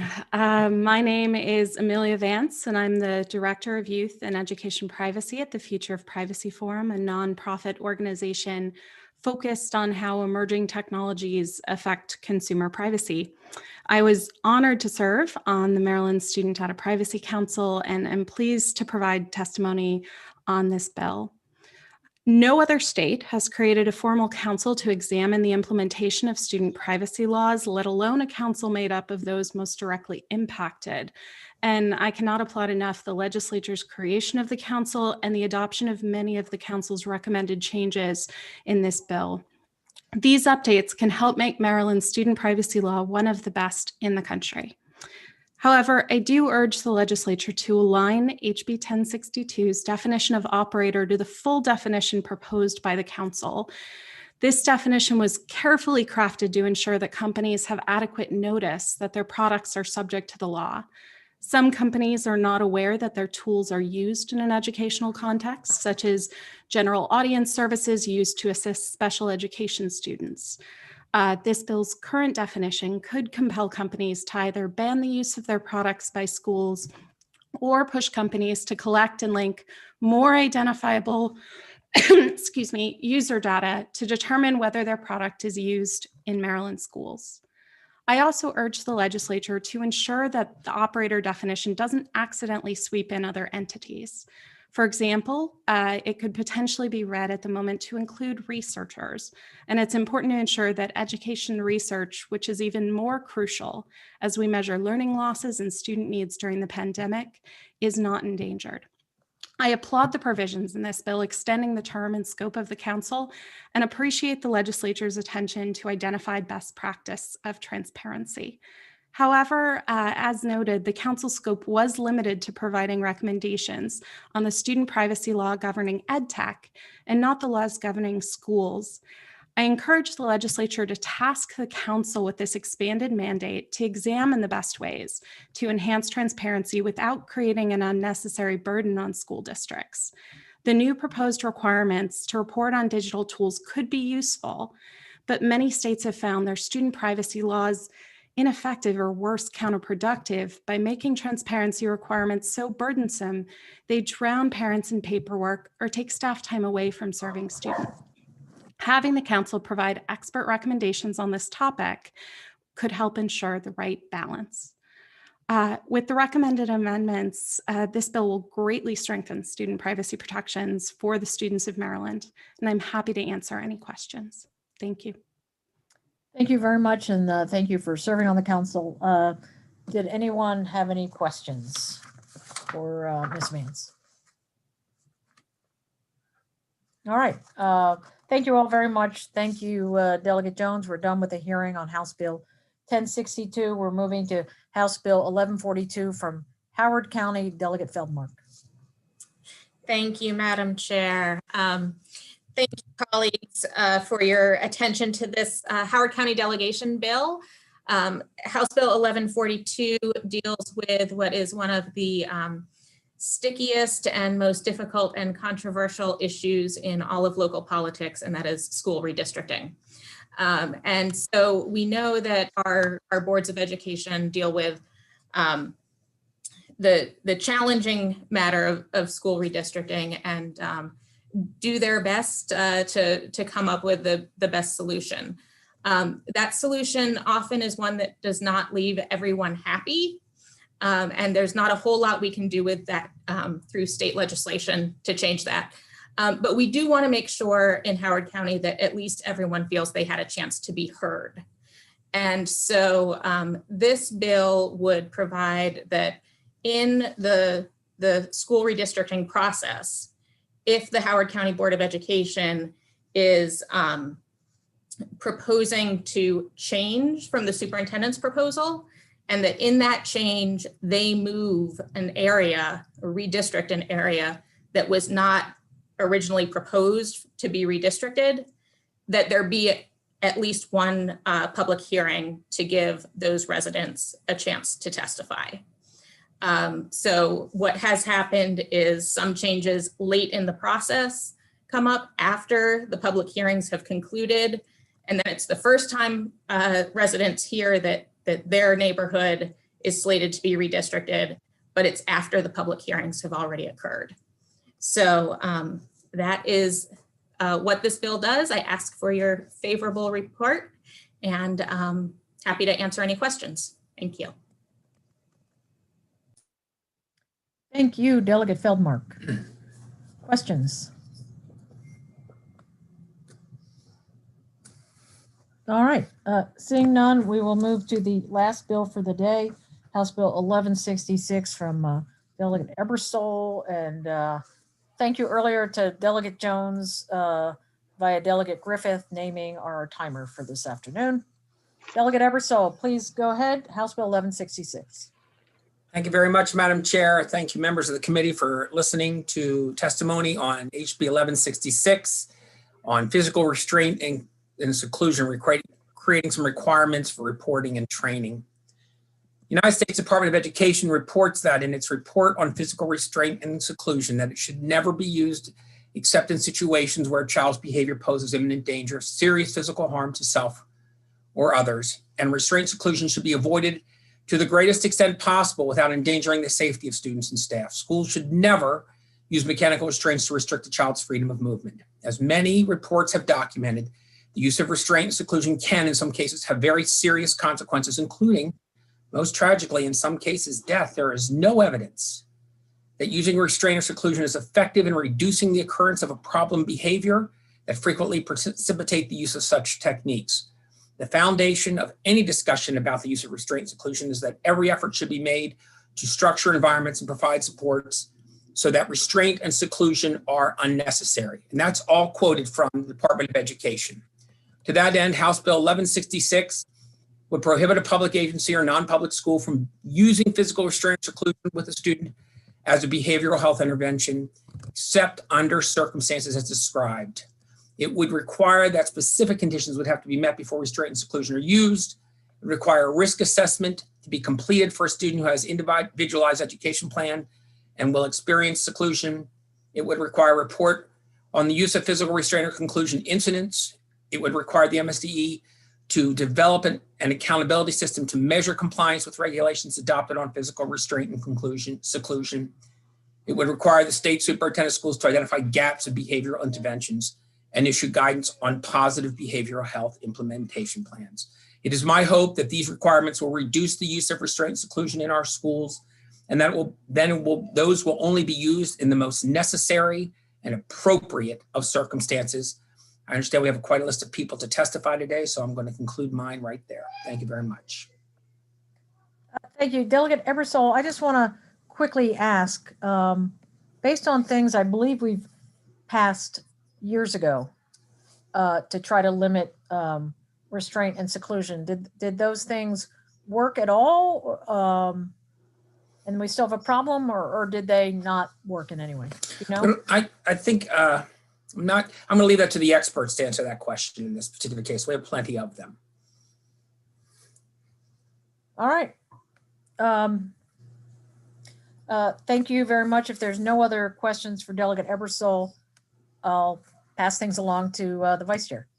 Thank you, Madam Chair. Our next speaker we'll have is Guy Stevens.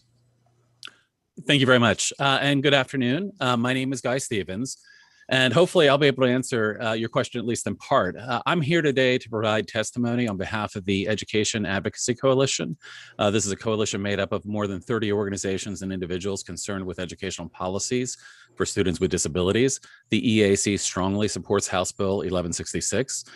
Some of you may know the story about my autistic son, Cooper, and how he was restrained and secluded in 2 different Maryland public schools, despite the laws we have today.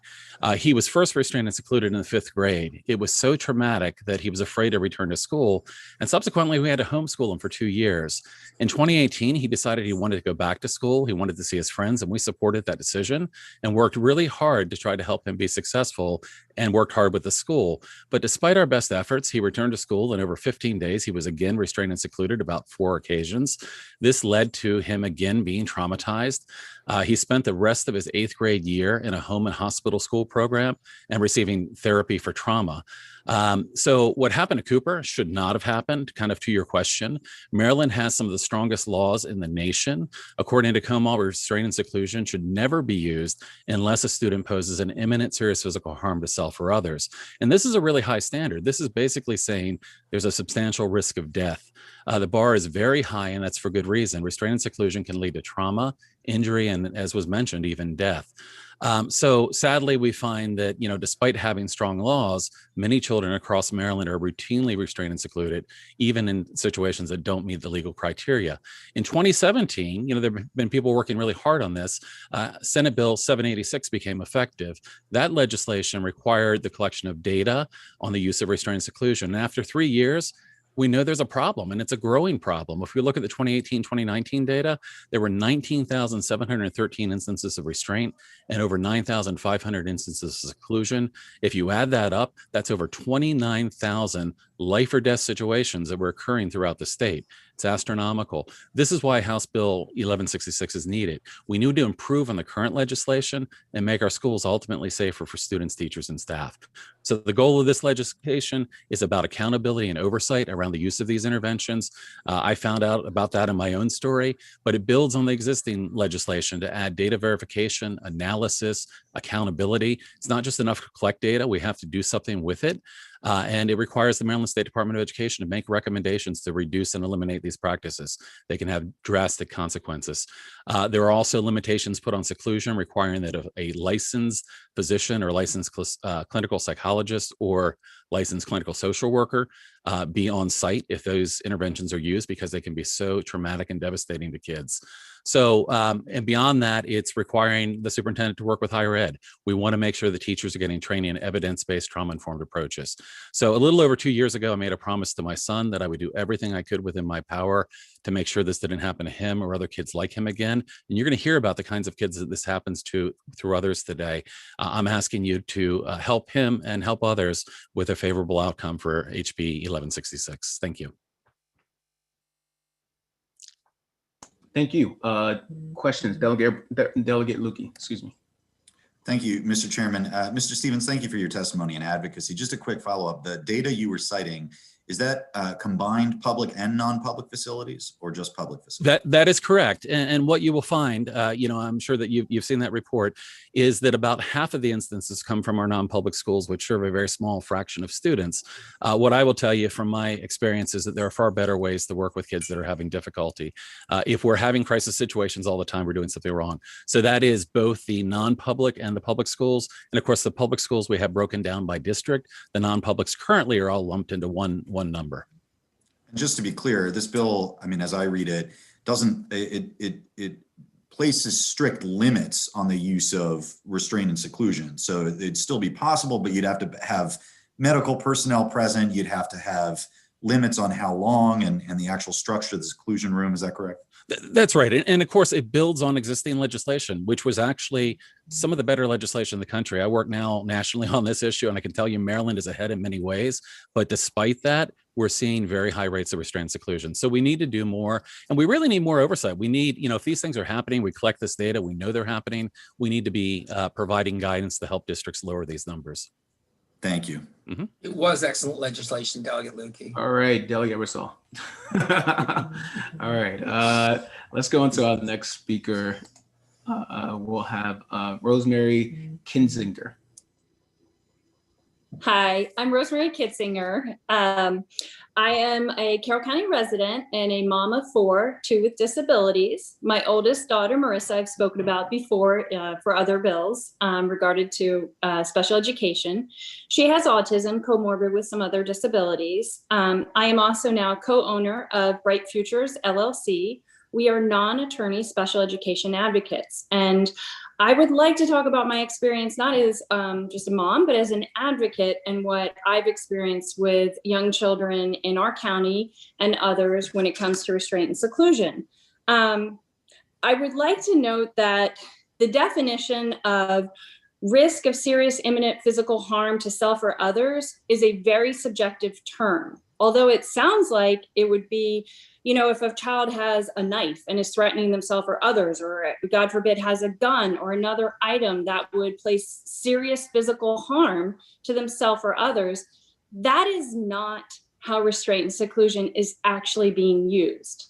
And so I find that often it's untrained staff without adequate resources or training that are implementing the use of restraint and seclusion as a form of controlling the child or disciplining the child.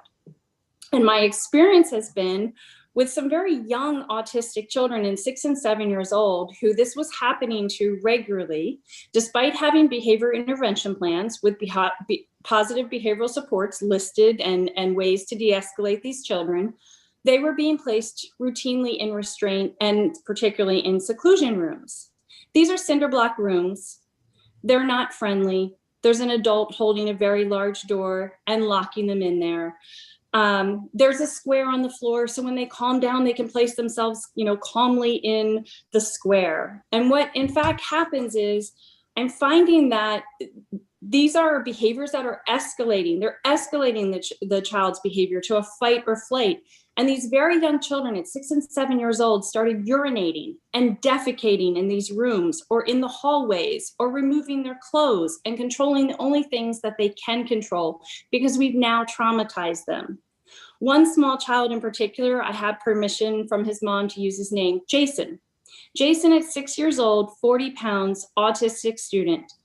Had limited ability, although he's verbal, he had limited ability to be able to express his emotions or his needs and wants, and would easily frustrate when he didn't understand. Examples of when Jason was restrained and secluded, he didn't want to remove the Lego from his hand as he walked down the hallway to the speech therapist's office. He hid under a piece of furniture, a table, because he was scared and he was frustrated. He spit at a staff member, and although spitting may be not pleasurable by any means or appropriate behavior, this is a child with limited ability to express. That is not serious imminent physical harm. Jason ultimately was traumatized and started drawing pictures of killing himself and others at 6 years old. This is a child that then had to be placed in a non-public institution, and many more resources, including BCBAs and trained staff at the non-public placement had to work very hard with him. And for 2 years, he had dealt with the trauma for being restrained and secluded regularly. He has PTSD. He has trust issues. He doesn't trust individuals. He's lost out on his academics because he wasn't available. Can you say wrap up your last statement, please? Yes, I highly support this bill. Although we do have laws on the books, we need to do better because they're not being instituted as they should be. So I highly support this bill. Thank you very much. Thank you. Thank you. I gave you an extra 2 minutes. So my Thank you for that. no problem. No one else will get that. I can reassure you that. No, I'm joking. Okay, let's go to our next speaker. We have Ross Green.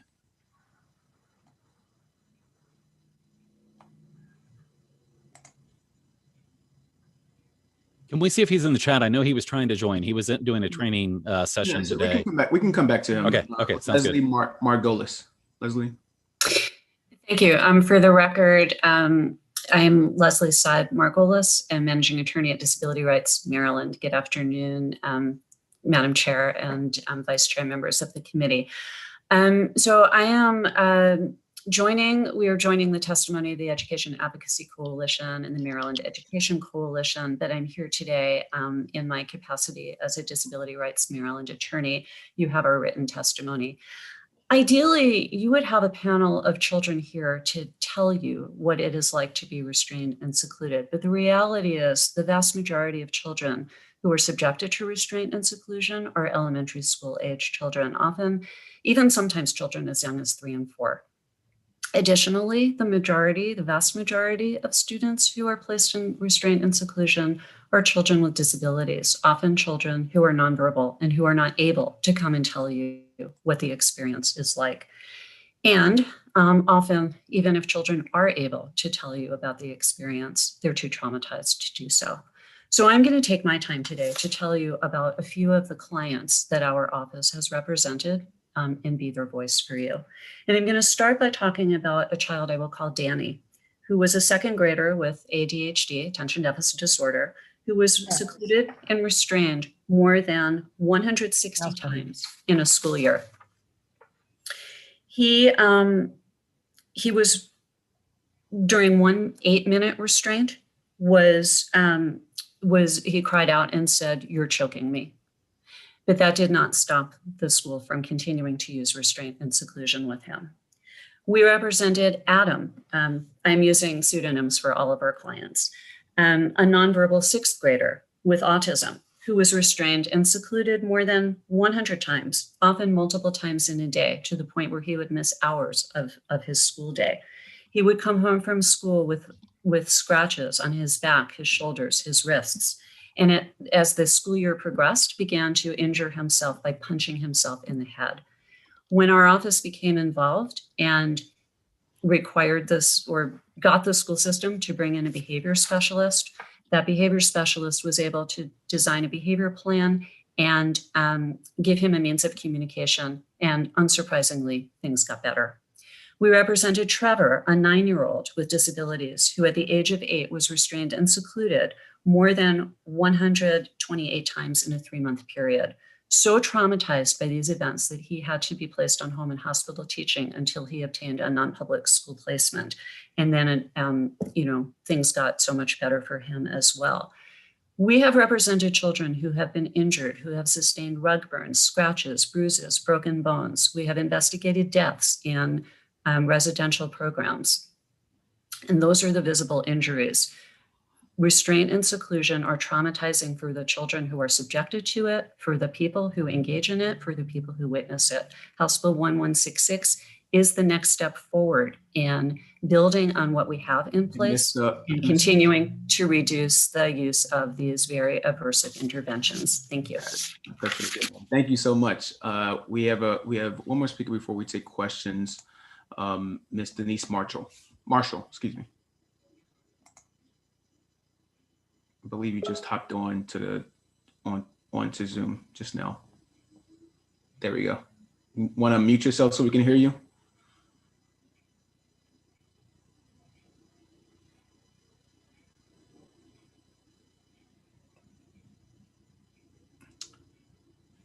I think she's connecting back to audio. While Ms. Marshall is coming, is Ross Green here? No? Okay, Denise Marshall, can you talk now, or we got to move on to the next person?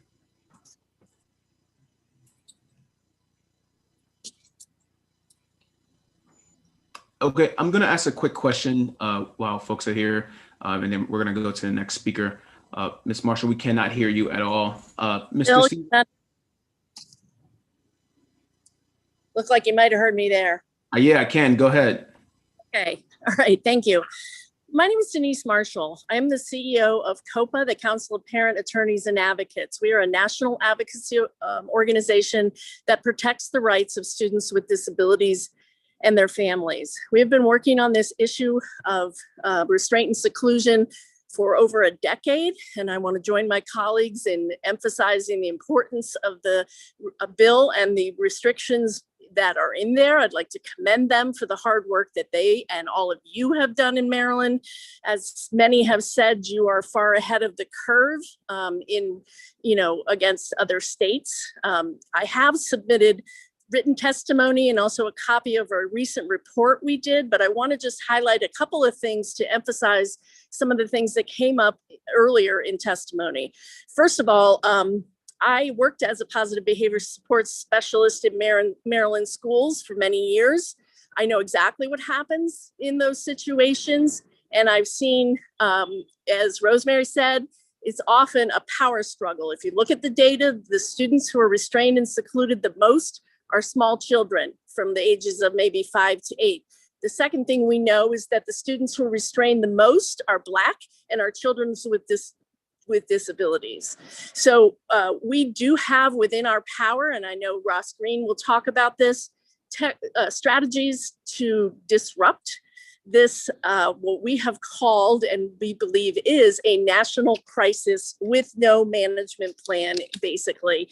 People pass bills, then think they've done good. And in many cases, as the last one you did, they have.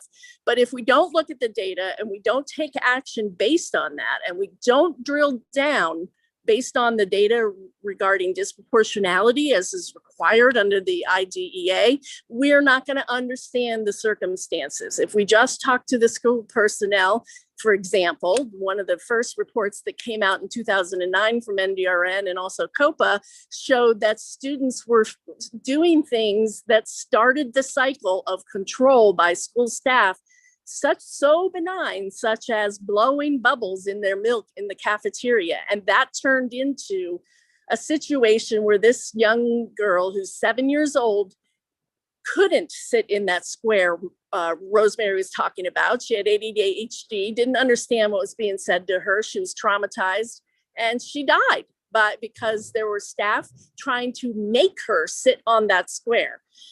And, I'm a grandmother of a young son with Down syndrome, a grandson, with Down syndrome who's 8. And if any of you have felt the pain of not being able to protect your children or being required in this instance to send them to school, which is supposed to be a safe place, and have them come home with the kinds of things that Leslie was talking about, or gosh forbid, death, it's painful and it's unnecessary. Ms. Marshall, can you say your final thoughts, please?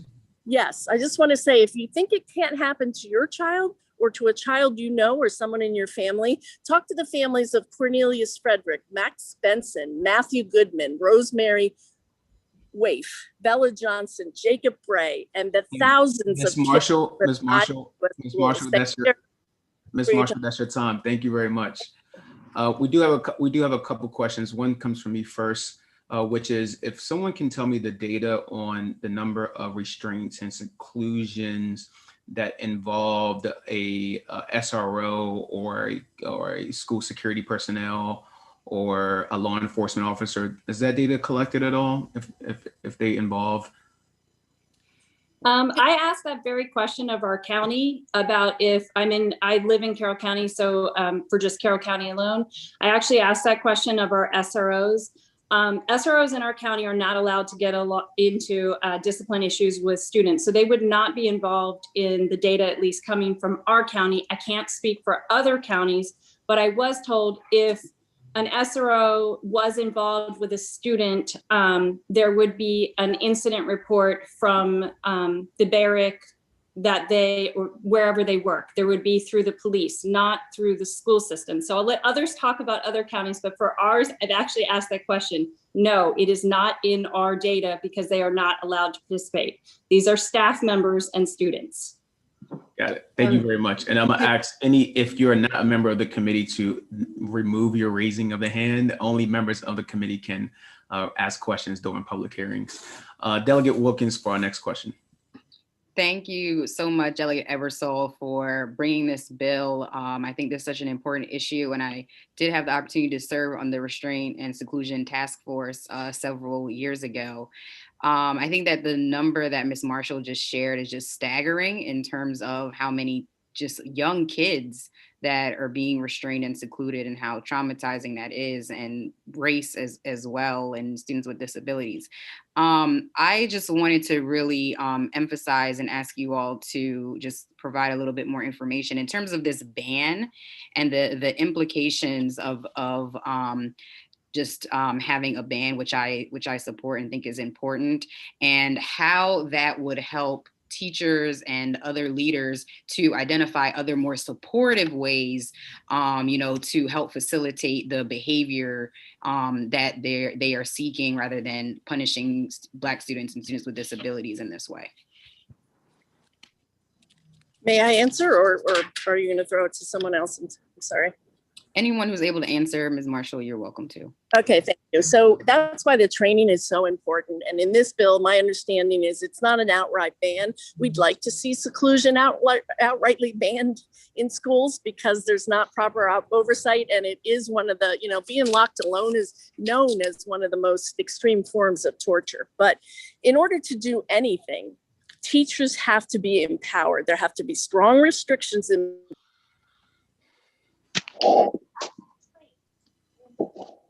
Miss Marshall, you might be covering your microphone right now.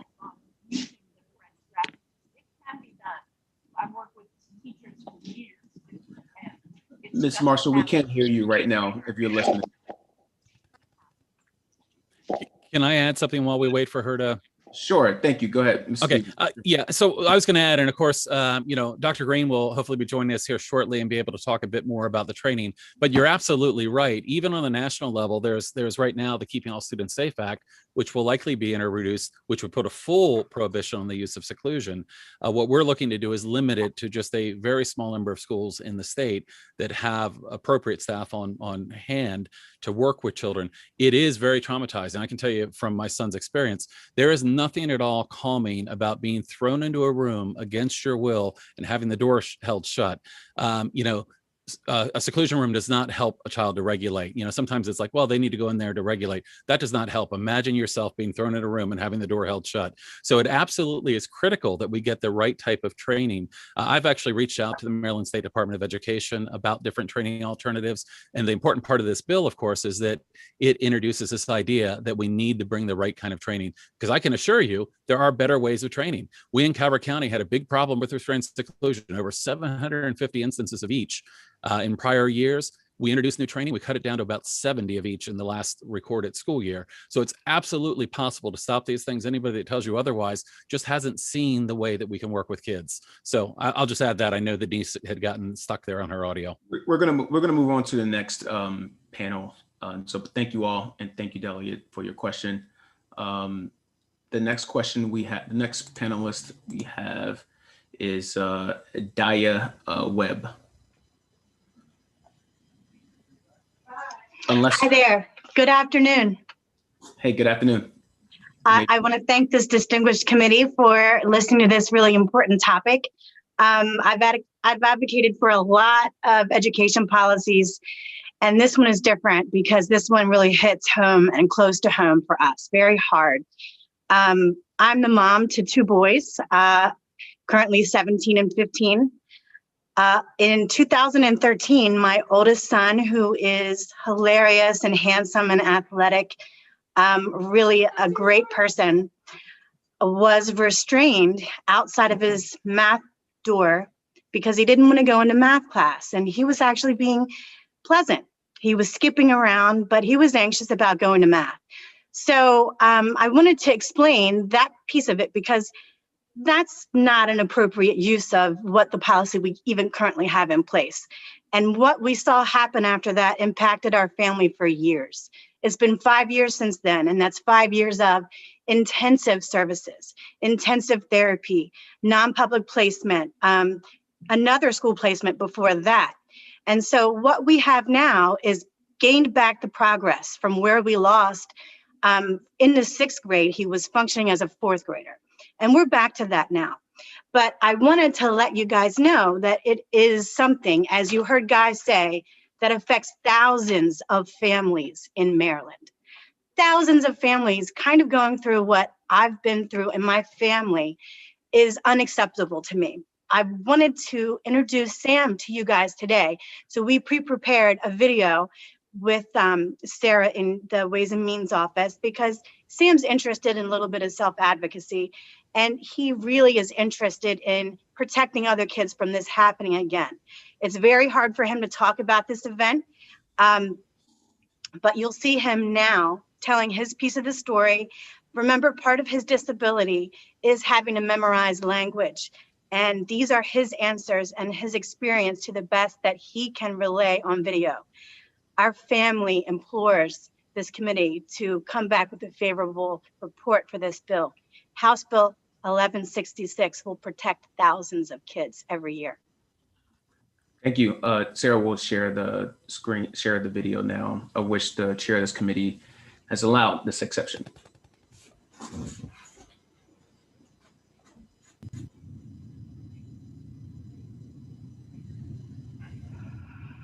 Hi, my name is Samuel Webb. And how old are you? 17. Okay. And you're here to testify for the bill, the House Bill 1166, right? Protecting kids from seclusion and restraint. Protecting kids from seclusion and restraint. And why do you want to do that? What happened in the 6th grade for you?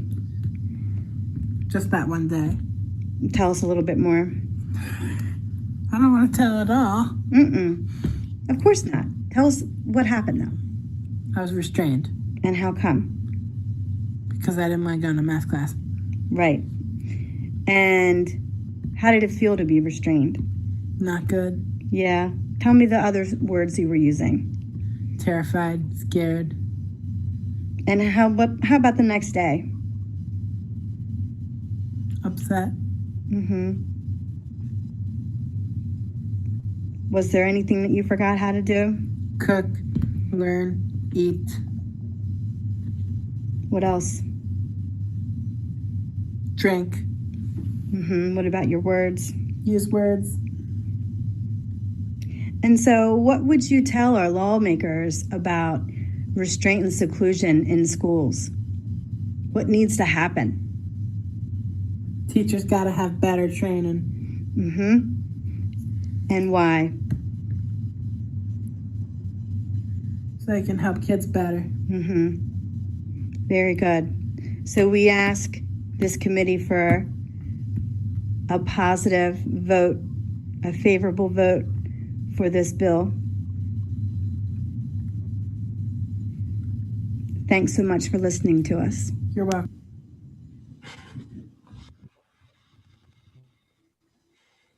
Thank you. Ms. Webb, and please thank your son for speaking in front of us, and really appreciate it. Thank you. The opportunity to hear his testimony today. Let's go on to Mr. Green, Mr. Ross Green, to speak.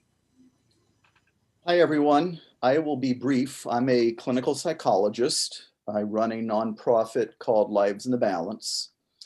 One of the things Lives in the Balance is known for is helping schools, inpatient psychiatry units, residential facilities, and prisons end their use of restraint and seclusion. It is not easy work. It's also not as hard as a lot of people think it's going to be. What interferes the most are some myths. And so in my few minutes here, I want to dispel some myths. One myth is that restraint and seclusion are a necessary tool for helping manage crises in kids who have severe behavioral challenges. The reason I know that's a myth is because we have helped many schools and facilities that were very keen on restraint and seclusion become significantly less keen on restraint and seclusion and end up not using it at all. So somehow it went from a necessary tool to a tool that they didn't need anymore. In many, many places, even without our help, there are schools that are serving the exact same populations of kids that are not restraining and secluding their kids. So somehow they are managing to maintain safety without this apparently, but not actually necessary tool. Another myth is that restraint and seclusion actually help maintain safety. That has not been my experience, and I am aware of zero research telling us, and I mean zero, and I've looked hard, research telling us that restraint and seclusion keep kids and caregivers safe. In fact, it is my experience in working with many, many of these facilities that restraint and seclusion are where people get hurt. As I'm sure many of you are aware, kids die every year in the United States being restrained and secluded, restrained especially. They suffocate. Safety is a myth. Necessary tool is a myth. It is a crisis prevention tool, is a myth. It can't be a crisis prevention tool because restraint and seclusion occur after a very long sequence of events, starting with, and we just heard that from our boy who just forgot his name already. I know his last name is Webb, but I can't remember his first name. I apologize. Names are increasingly my worst thing as I get older. He just told us the expectations he was having difficulty meeting. Mr. Green, your time has expired. Can you give us your last few your comments, please? Sure. Safety is a myth. Necessary tool is a myth. Only use as a last resort is a myth. It's a crisis prevention tool is a myth. It's a crisis management tool. And one step that we need to take to help people get on the right track. Mr. Green, your time is up, sir. Thank you very much. Yeah. We're gonna go to our next witness on this bill, Diana Bergman, and then we'll take any questions from the committee members. Greetings, Ways and Means. I started testifying about, I would say 4 sessions ago in front of you, and it was based on my son at the time, 8 years old, being inappropriate restraint. I'm in favor of this bill, and I'm very pleased with the introduction of language of positive behavior intervention plans. My son was 8 years old, nonverbal, on the autism spectrum, and another child's functional behavior plan that was very negative was implemented. And unfortunately, my other 2 children had to witness this very traumatic event. I am a little bit concerned regarding the language of trauma intervention. Being an active duty military spouse, a lot of our active duty service members suffer from post-traumatic stress disorder. And in the Baltimore region, only Kenny Krieger provides trauma intervention for children for post-traumatic stress. So I'm a little concerned that we don't have enough behavioral health support in the area to meet this need. And I would like to see that also looked into on a separate issue. But other than that, just having that positive language and making sure that people are aware that in the state of Maryland, a child doesn't have to have an IEP to be physically restrained or secluded. It's for any child that they think is posing an immediate danger to themselves or other. So I think we also have to look at these non-public schools because they provide a lot of negative intervention plans. We have to make sure those behavior intervention plans are positive and have positive language. So thank you very much for Delegate Eric Ebersol for introducing that language. It is needed. It was needed 5 years ago. So my son would not have been in the situation and his brothers would have not had witnessed what they went through. that impacted them in their education experience. So thank you very much. Thank you. Any questions of these last few witnesses? Seeing none, thank you all very much. We'll go on to our next few speakers. Jane Taushi. Hello.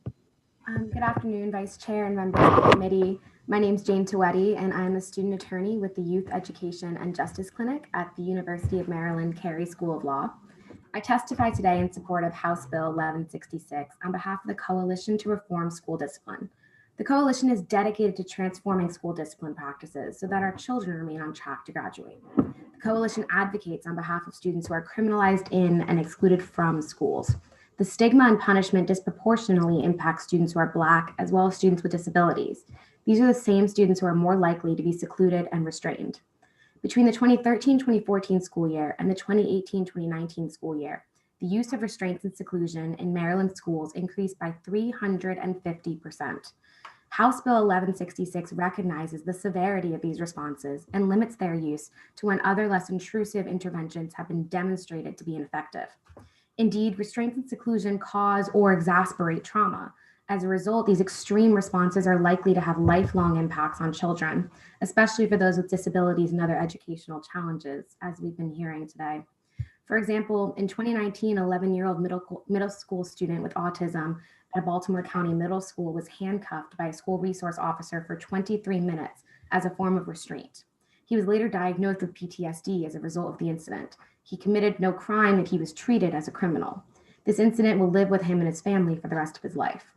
Seclusion and restraint are particularly horrific when executed by an untrained professional. Importantly, House Bill 1166 mandates that a healthcare practitioner who is familiar with the student be present when seclusion is used. Moreover, the use of restraint and seclusion is not consistent throughout the state.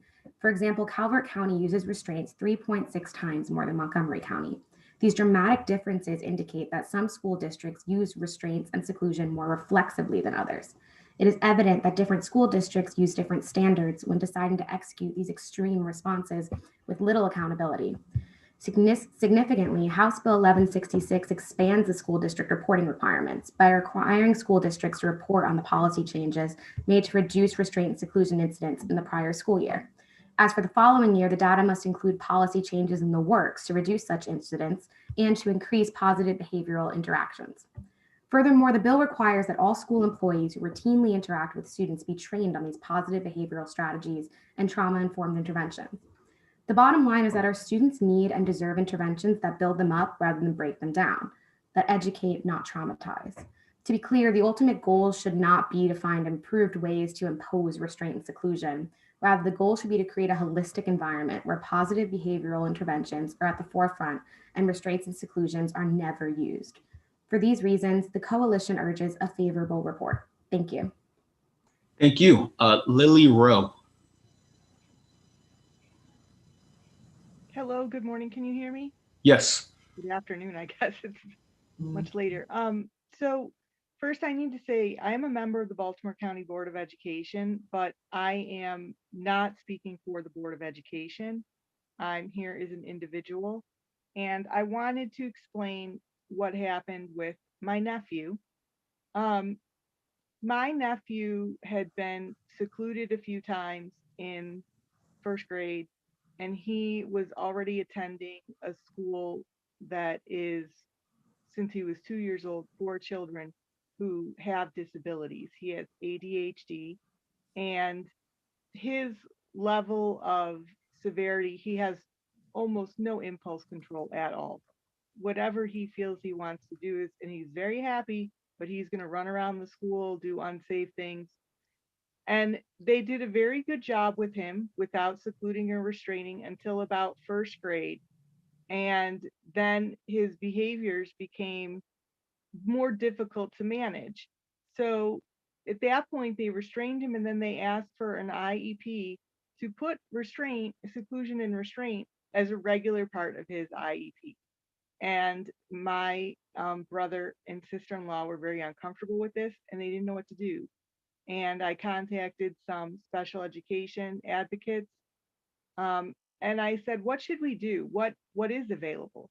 And what the school system did in agreement with my brother and sister-in-law is they implemented something called zones of regulation into his IEP plan. And they executed it faithfully, which is very staff intensive to do. It takes one person out of the 3 students in his classroom. It takes one staff member just to monitor the zones of regulation.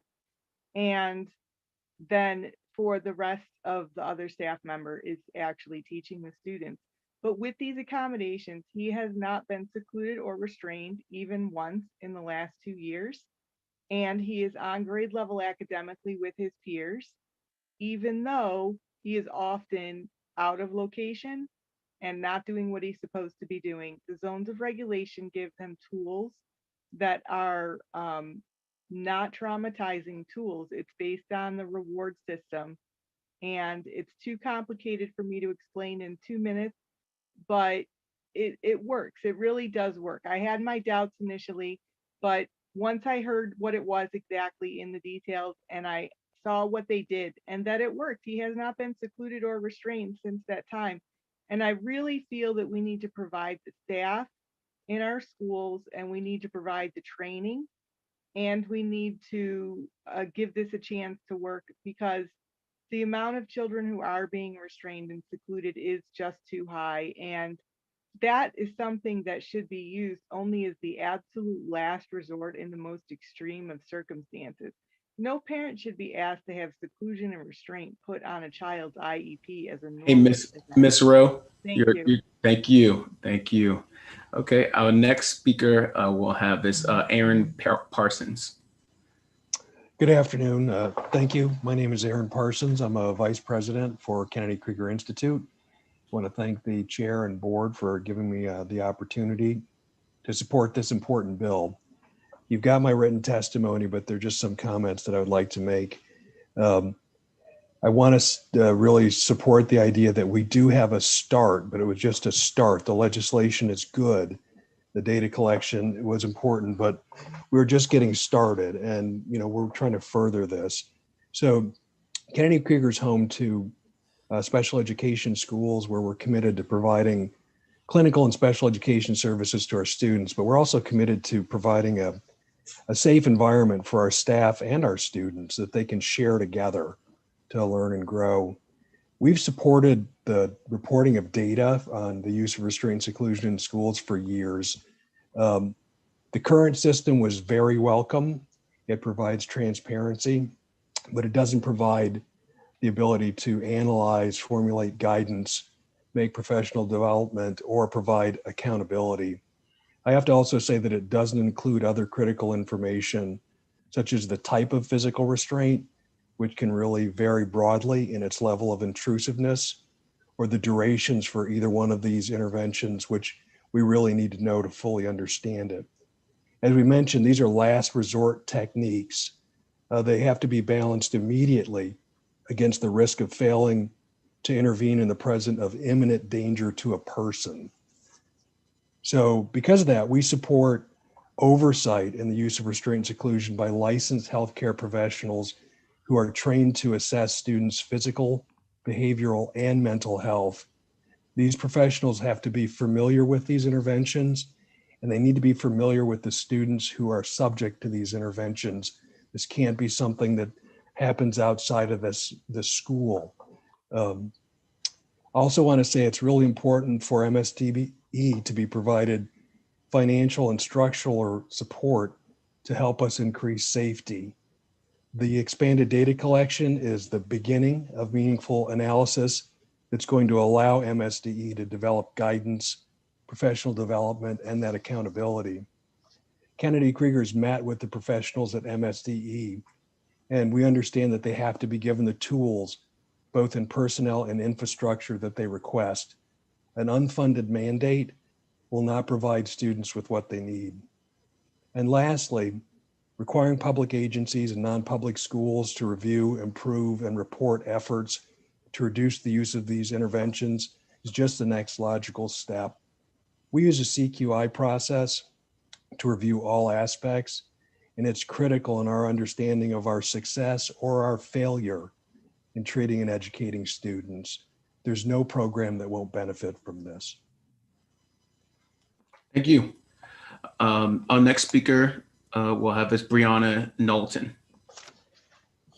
Hi, good afternoon, Madam Chair, Mr. Vice Chair, and members of the committee. Thank you for your time and consideration of this important bill. My name is Brianna Knowlton. I am the Engagement and Mobilization Intern at the SEIU of Maryland, and I'm also a Master's of Social Work student at the University of Maryland, Baltimore. I'm here today representing the SEIU of Maryland in support of HB 1166, and you also have our written testimony. In the year prior to interning with the ACLU of Maryland, I spent time as a social work intern in a Baltimore City public elementary school, where I witnessed firsthand the harm that the use of physical restraints and seclusion as a behavioral intervention can have on students. These interventions did not help students calm down nor help them return to their classrooms for instruction. They only agitated them further. What did help was speaking to them and truly hearing them and using trauma-informed practices and evidence-based behavioral interventions to help them process and manage their emotions and also regulate their emotions with them. This is the shift in policy and practice that HB 1166 aims to require of all Maryland schools. There's an abundance of research that shows the traumatization and re-traumatization that physical restraints and seclusion can cause students, especially Black and Brown students. In Maryland schools, Black and Brown students disproportionately fall victim to the use of restraint and seclusion, being overrepresented in the data from a majority of Maryland public school districts. Research also shows the overwhelming benefits and successes of trauma-informed behavioral interventions on student safety, achievement, and personal and emotional growth. The ACLU of Maryland is committed to bringing principles of anti-racism and race equity into all Maryland schools so that all students, especially those of color, feel safe and valued in their schools. Maryland schools cannot be places where students are subject to trauma. Our students deserve much better. Rather than continuing the practice of subjecting students to further mental and physical distress, HB 1166 would provide much needed restrictions and prohibitions on the use of restraints and seclusion, while also requiring schools to transition to trauma-informed and restorative practices. Fortunately, thanks to advocates, students, teachers, school officials, and legislatures like yourself, we are moving in the right direction in Maryland. The new data on these approaches is showing immense promise. As these practices are embraced, refined, and scaled up statewide, Maryland schools will move towards becoming positive and life-affirming learning environments for all students. Academic outcomes will improve, and students' transition into life beyond school will be greatly enhanced. As an education advocate and a future social worker, I urge a favorable report on HB 1166 for the benefit of our students. Thank you again for your time. Thank you. Any questions of any of these witnesses in favor of this bill? Seeing none, thank you all very much. Our last speaker on the bill we have that's unfavorable to HB 1166 is John Williams. Mr. Vice Chairman, members of the committee, John Williams representing the Maryland Association of Boards of Education. And first I would like to acknowledge that this is an extraordinarily complex and sensitive issue, one with which I've been from time to time made very familiar. Back in 2002, there was an effort working with Leslie Said Margolis to craft state regulations. And I think sadly and woefully inadequately, it was not until 2017 that we really returned to those regulations and put a task force together to significantly revamp the state's approach. And attached to my testimony is the Maryland State Department of Education's guidance to those regulations, and would commend to the committee and subcommittee COMAR 13A 080405, which is pages of regulation, and 13A 080406 that cover a lot of things, including mandatory training on trauma-informed approaches to seclusion and restraint.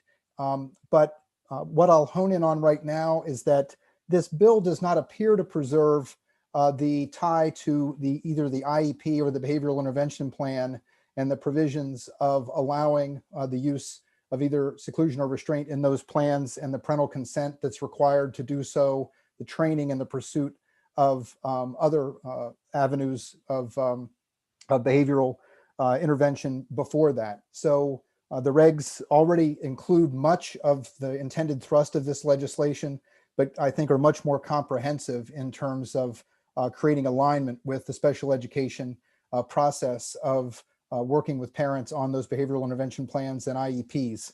So, and this work, again, was just done in 2017, 2018. and as recently as 2019. And so we would look, recognizing we'll be working with the committee and the legislature on this legislation. There are clearly compelling interests to hold our feet to the fire, to reduce the use of either seclusion or restraint. That is the intent of the regulations. There is reporting in the regulations on the specific type of restraint that's used, who used it, the name of the person who used it. So the regulations are extremely detailed and prescriptive, and that is a process we worked in good faith with the special education advocates and other health and education advocates on, again, just a couple of years ago. So I would urge the committee to look at those regulations and see where provisions should at least be reflected in the law, so that we don't avoid some of the reasonable provisions that we've negotiated fairly recently. Thank you. Thank you. Questions, Delegate Lukey. Thank you, Mr. Chairman and Mr. Williams. I appreciate always your thoughtful comments on these issues. I wanted to share with you, just as part of the larger point, something I found on the SAMHSA website in the U.S. Department of Health and Human Services. It's from an issue brief that they put out 10 years ago now. It's a decade ago. And they wrote at that time, the Substance Abuse Mental Health Services Administration and the U.S. Department of Health and Human Services and the National Association of State Mental Health Program Directors have emphasized that the use of seclusion and restraint is a result of treatment failure. Treatment failure, right? And I think, you know, part of this conversation about seclusion and restraint, I mean, just from my perspective, we're gonna at some point ban this. And we're gonna look back on this like we look back on corporal punishments and paddles hanging in principals' offices. And, you know, I think, I hope we get there sooner rather than later. And I hope that folks in the school systems understand that's coming, and that the conversation from the school system side at some point needs to be what funding you need from the state to provide adequate alternatives, to provide that adequate treatment so we don't reach the point of treatment failure. You know, in this bill, the thing that strikes me as the most significant, in my opinion, are the requirements around having professional healthcare workers on site.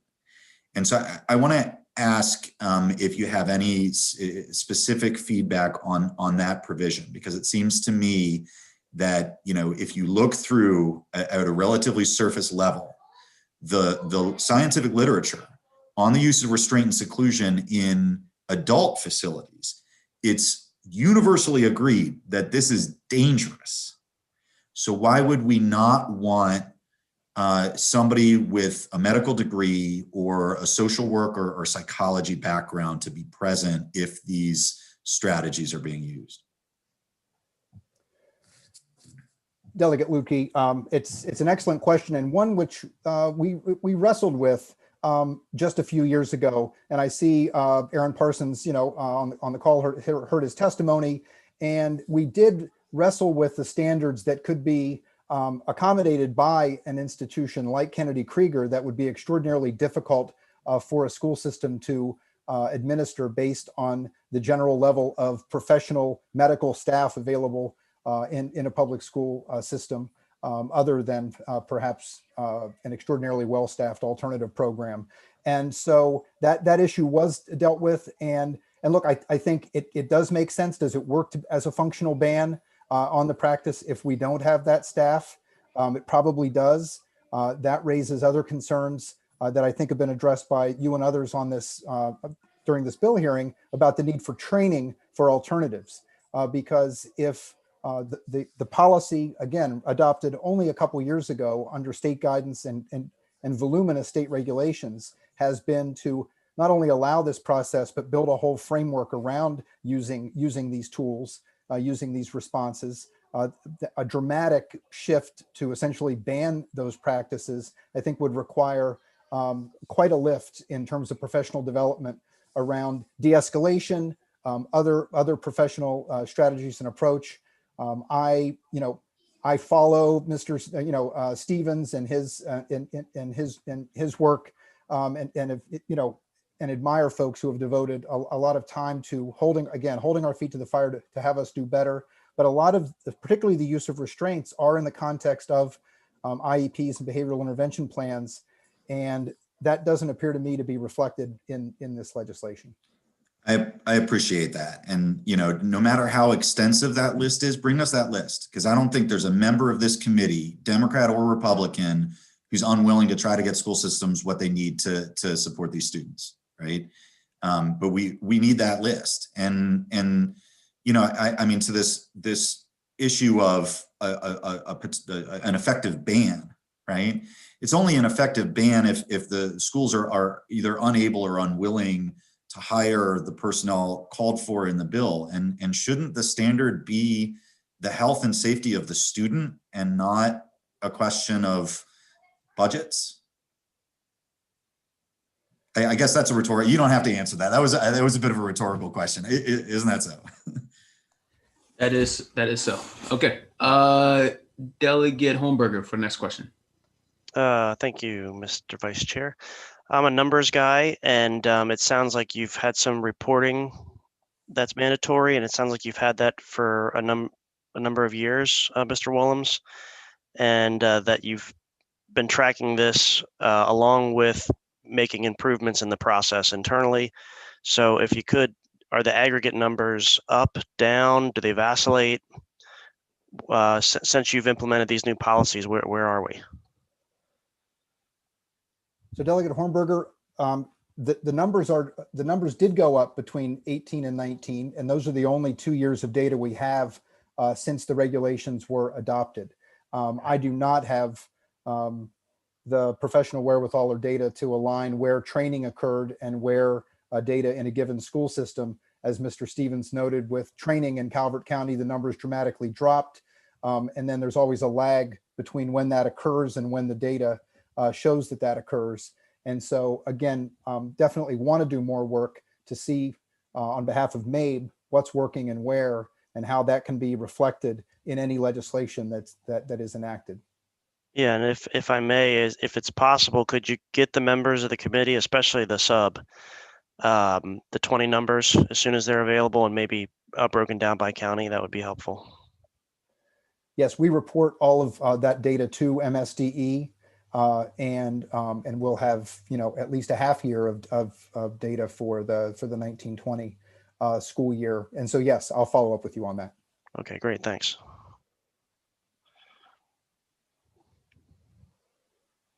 Thank you. Any other questions? Seeing none, that concludes the public hearing for House Bill 1166. Mr. Chair, if I may, pizza for everybody someday soon, okay? I think we have to be up here tomorrow, so just FYI. Yes. All right. That concludes the public hearing for today, Madam Chair. Thank you all. I'm back a little bit. Thank you, Mr. Vice Chair, dealing with that last bill. Like at least two others of my colleagues, I'm dealing with a sore back and icing it all afternoon. So I've been texting with those two about that. I do want to make sure everyone saw what I wrote in the chat earlier, where I will read. In case anyone wonders, we have said no to delegates wanting to screen share to provide videos and or PowerPoints. I have said no today and no previously. I hope you all understand why I made this exception today, and that if any member disagrees, for the young man to let me know. Members are free to send any of us PowerPoints or videos at any time to share anything, but I try to, testimony already goes long sometimes. So, and as Delegate Guyton added, she wanted a video, she wanted a screen share, and I said no to her as well. So I have, but I will always make an exception for young men like Mr. Webb. So just want to make sure, and I realized that when I was saying otherwise to a delegate earlier today, that we had already promised we would do that for Mr. Webb. So I just want to be clear to everyone. Are there any announcements from subcommittee chairs regarding voting tomorrow, the next day? Anybody who has them, who has voting in the next 2 days, have any announcements? Local revenue will be meeting immediately after we get off the Zoom to vote. immediately after this Zoom. All right, thank you, Delegate Barnes. Delegate Wilkins? Thank you, Madam Chair. The Election Law Subcommittee will meet tomorrow at 12:40 p.m. and we will be discussing and voting on 2 bills. You should have that information in your emails. And Delegate Lutke? The Revenue Subcommittee will meet tomorrow at noon. Please be on time so we can finish our work in time for the Election Law Subcommittee to go. It's a long list. I think it's like 40,000 bills tomorrow, but we'll be churning through stuff. I think the other 3 subcommittees had previously said they wouldn't be meeting this week, and as long as that's still true, we won't, don't need to announce that. Anything else for the good of the order?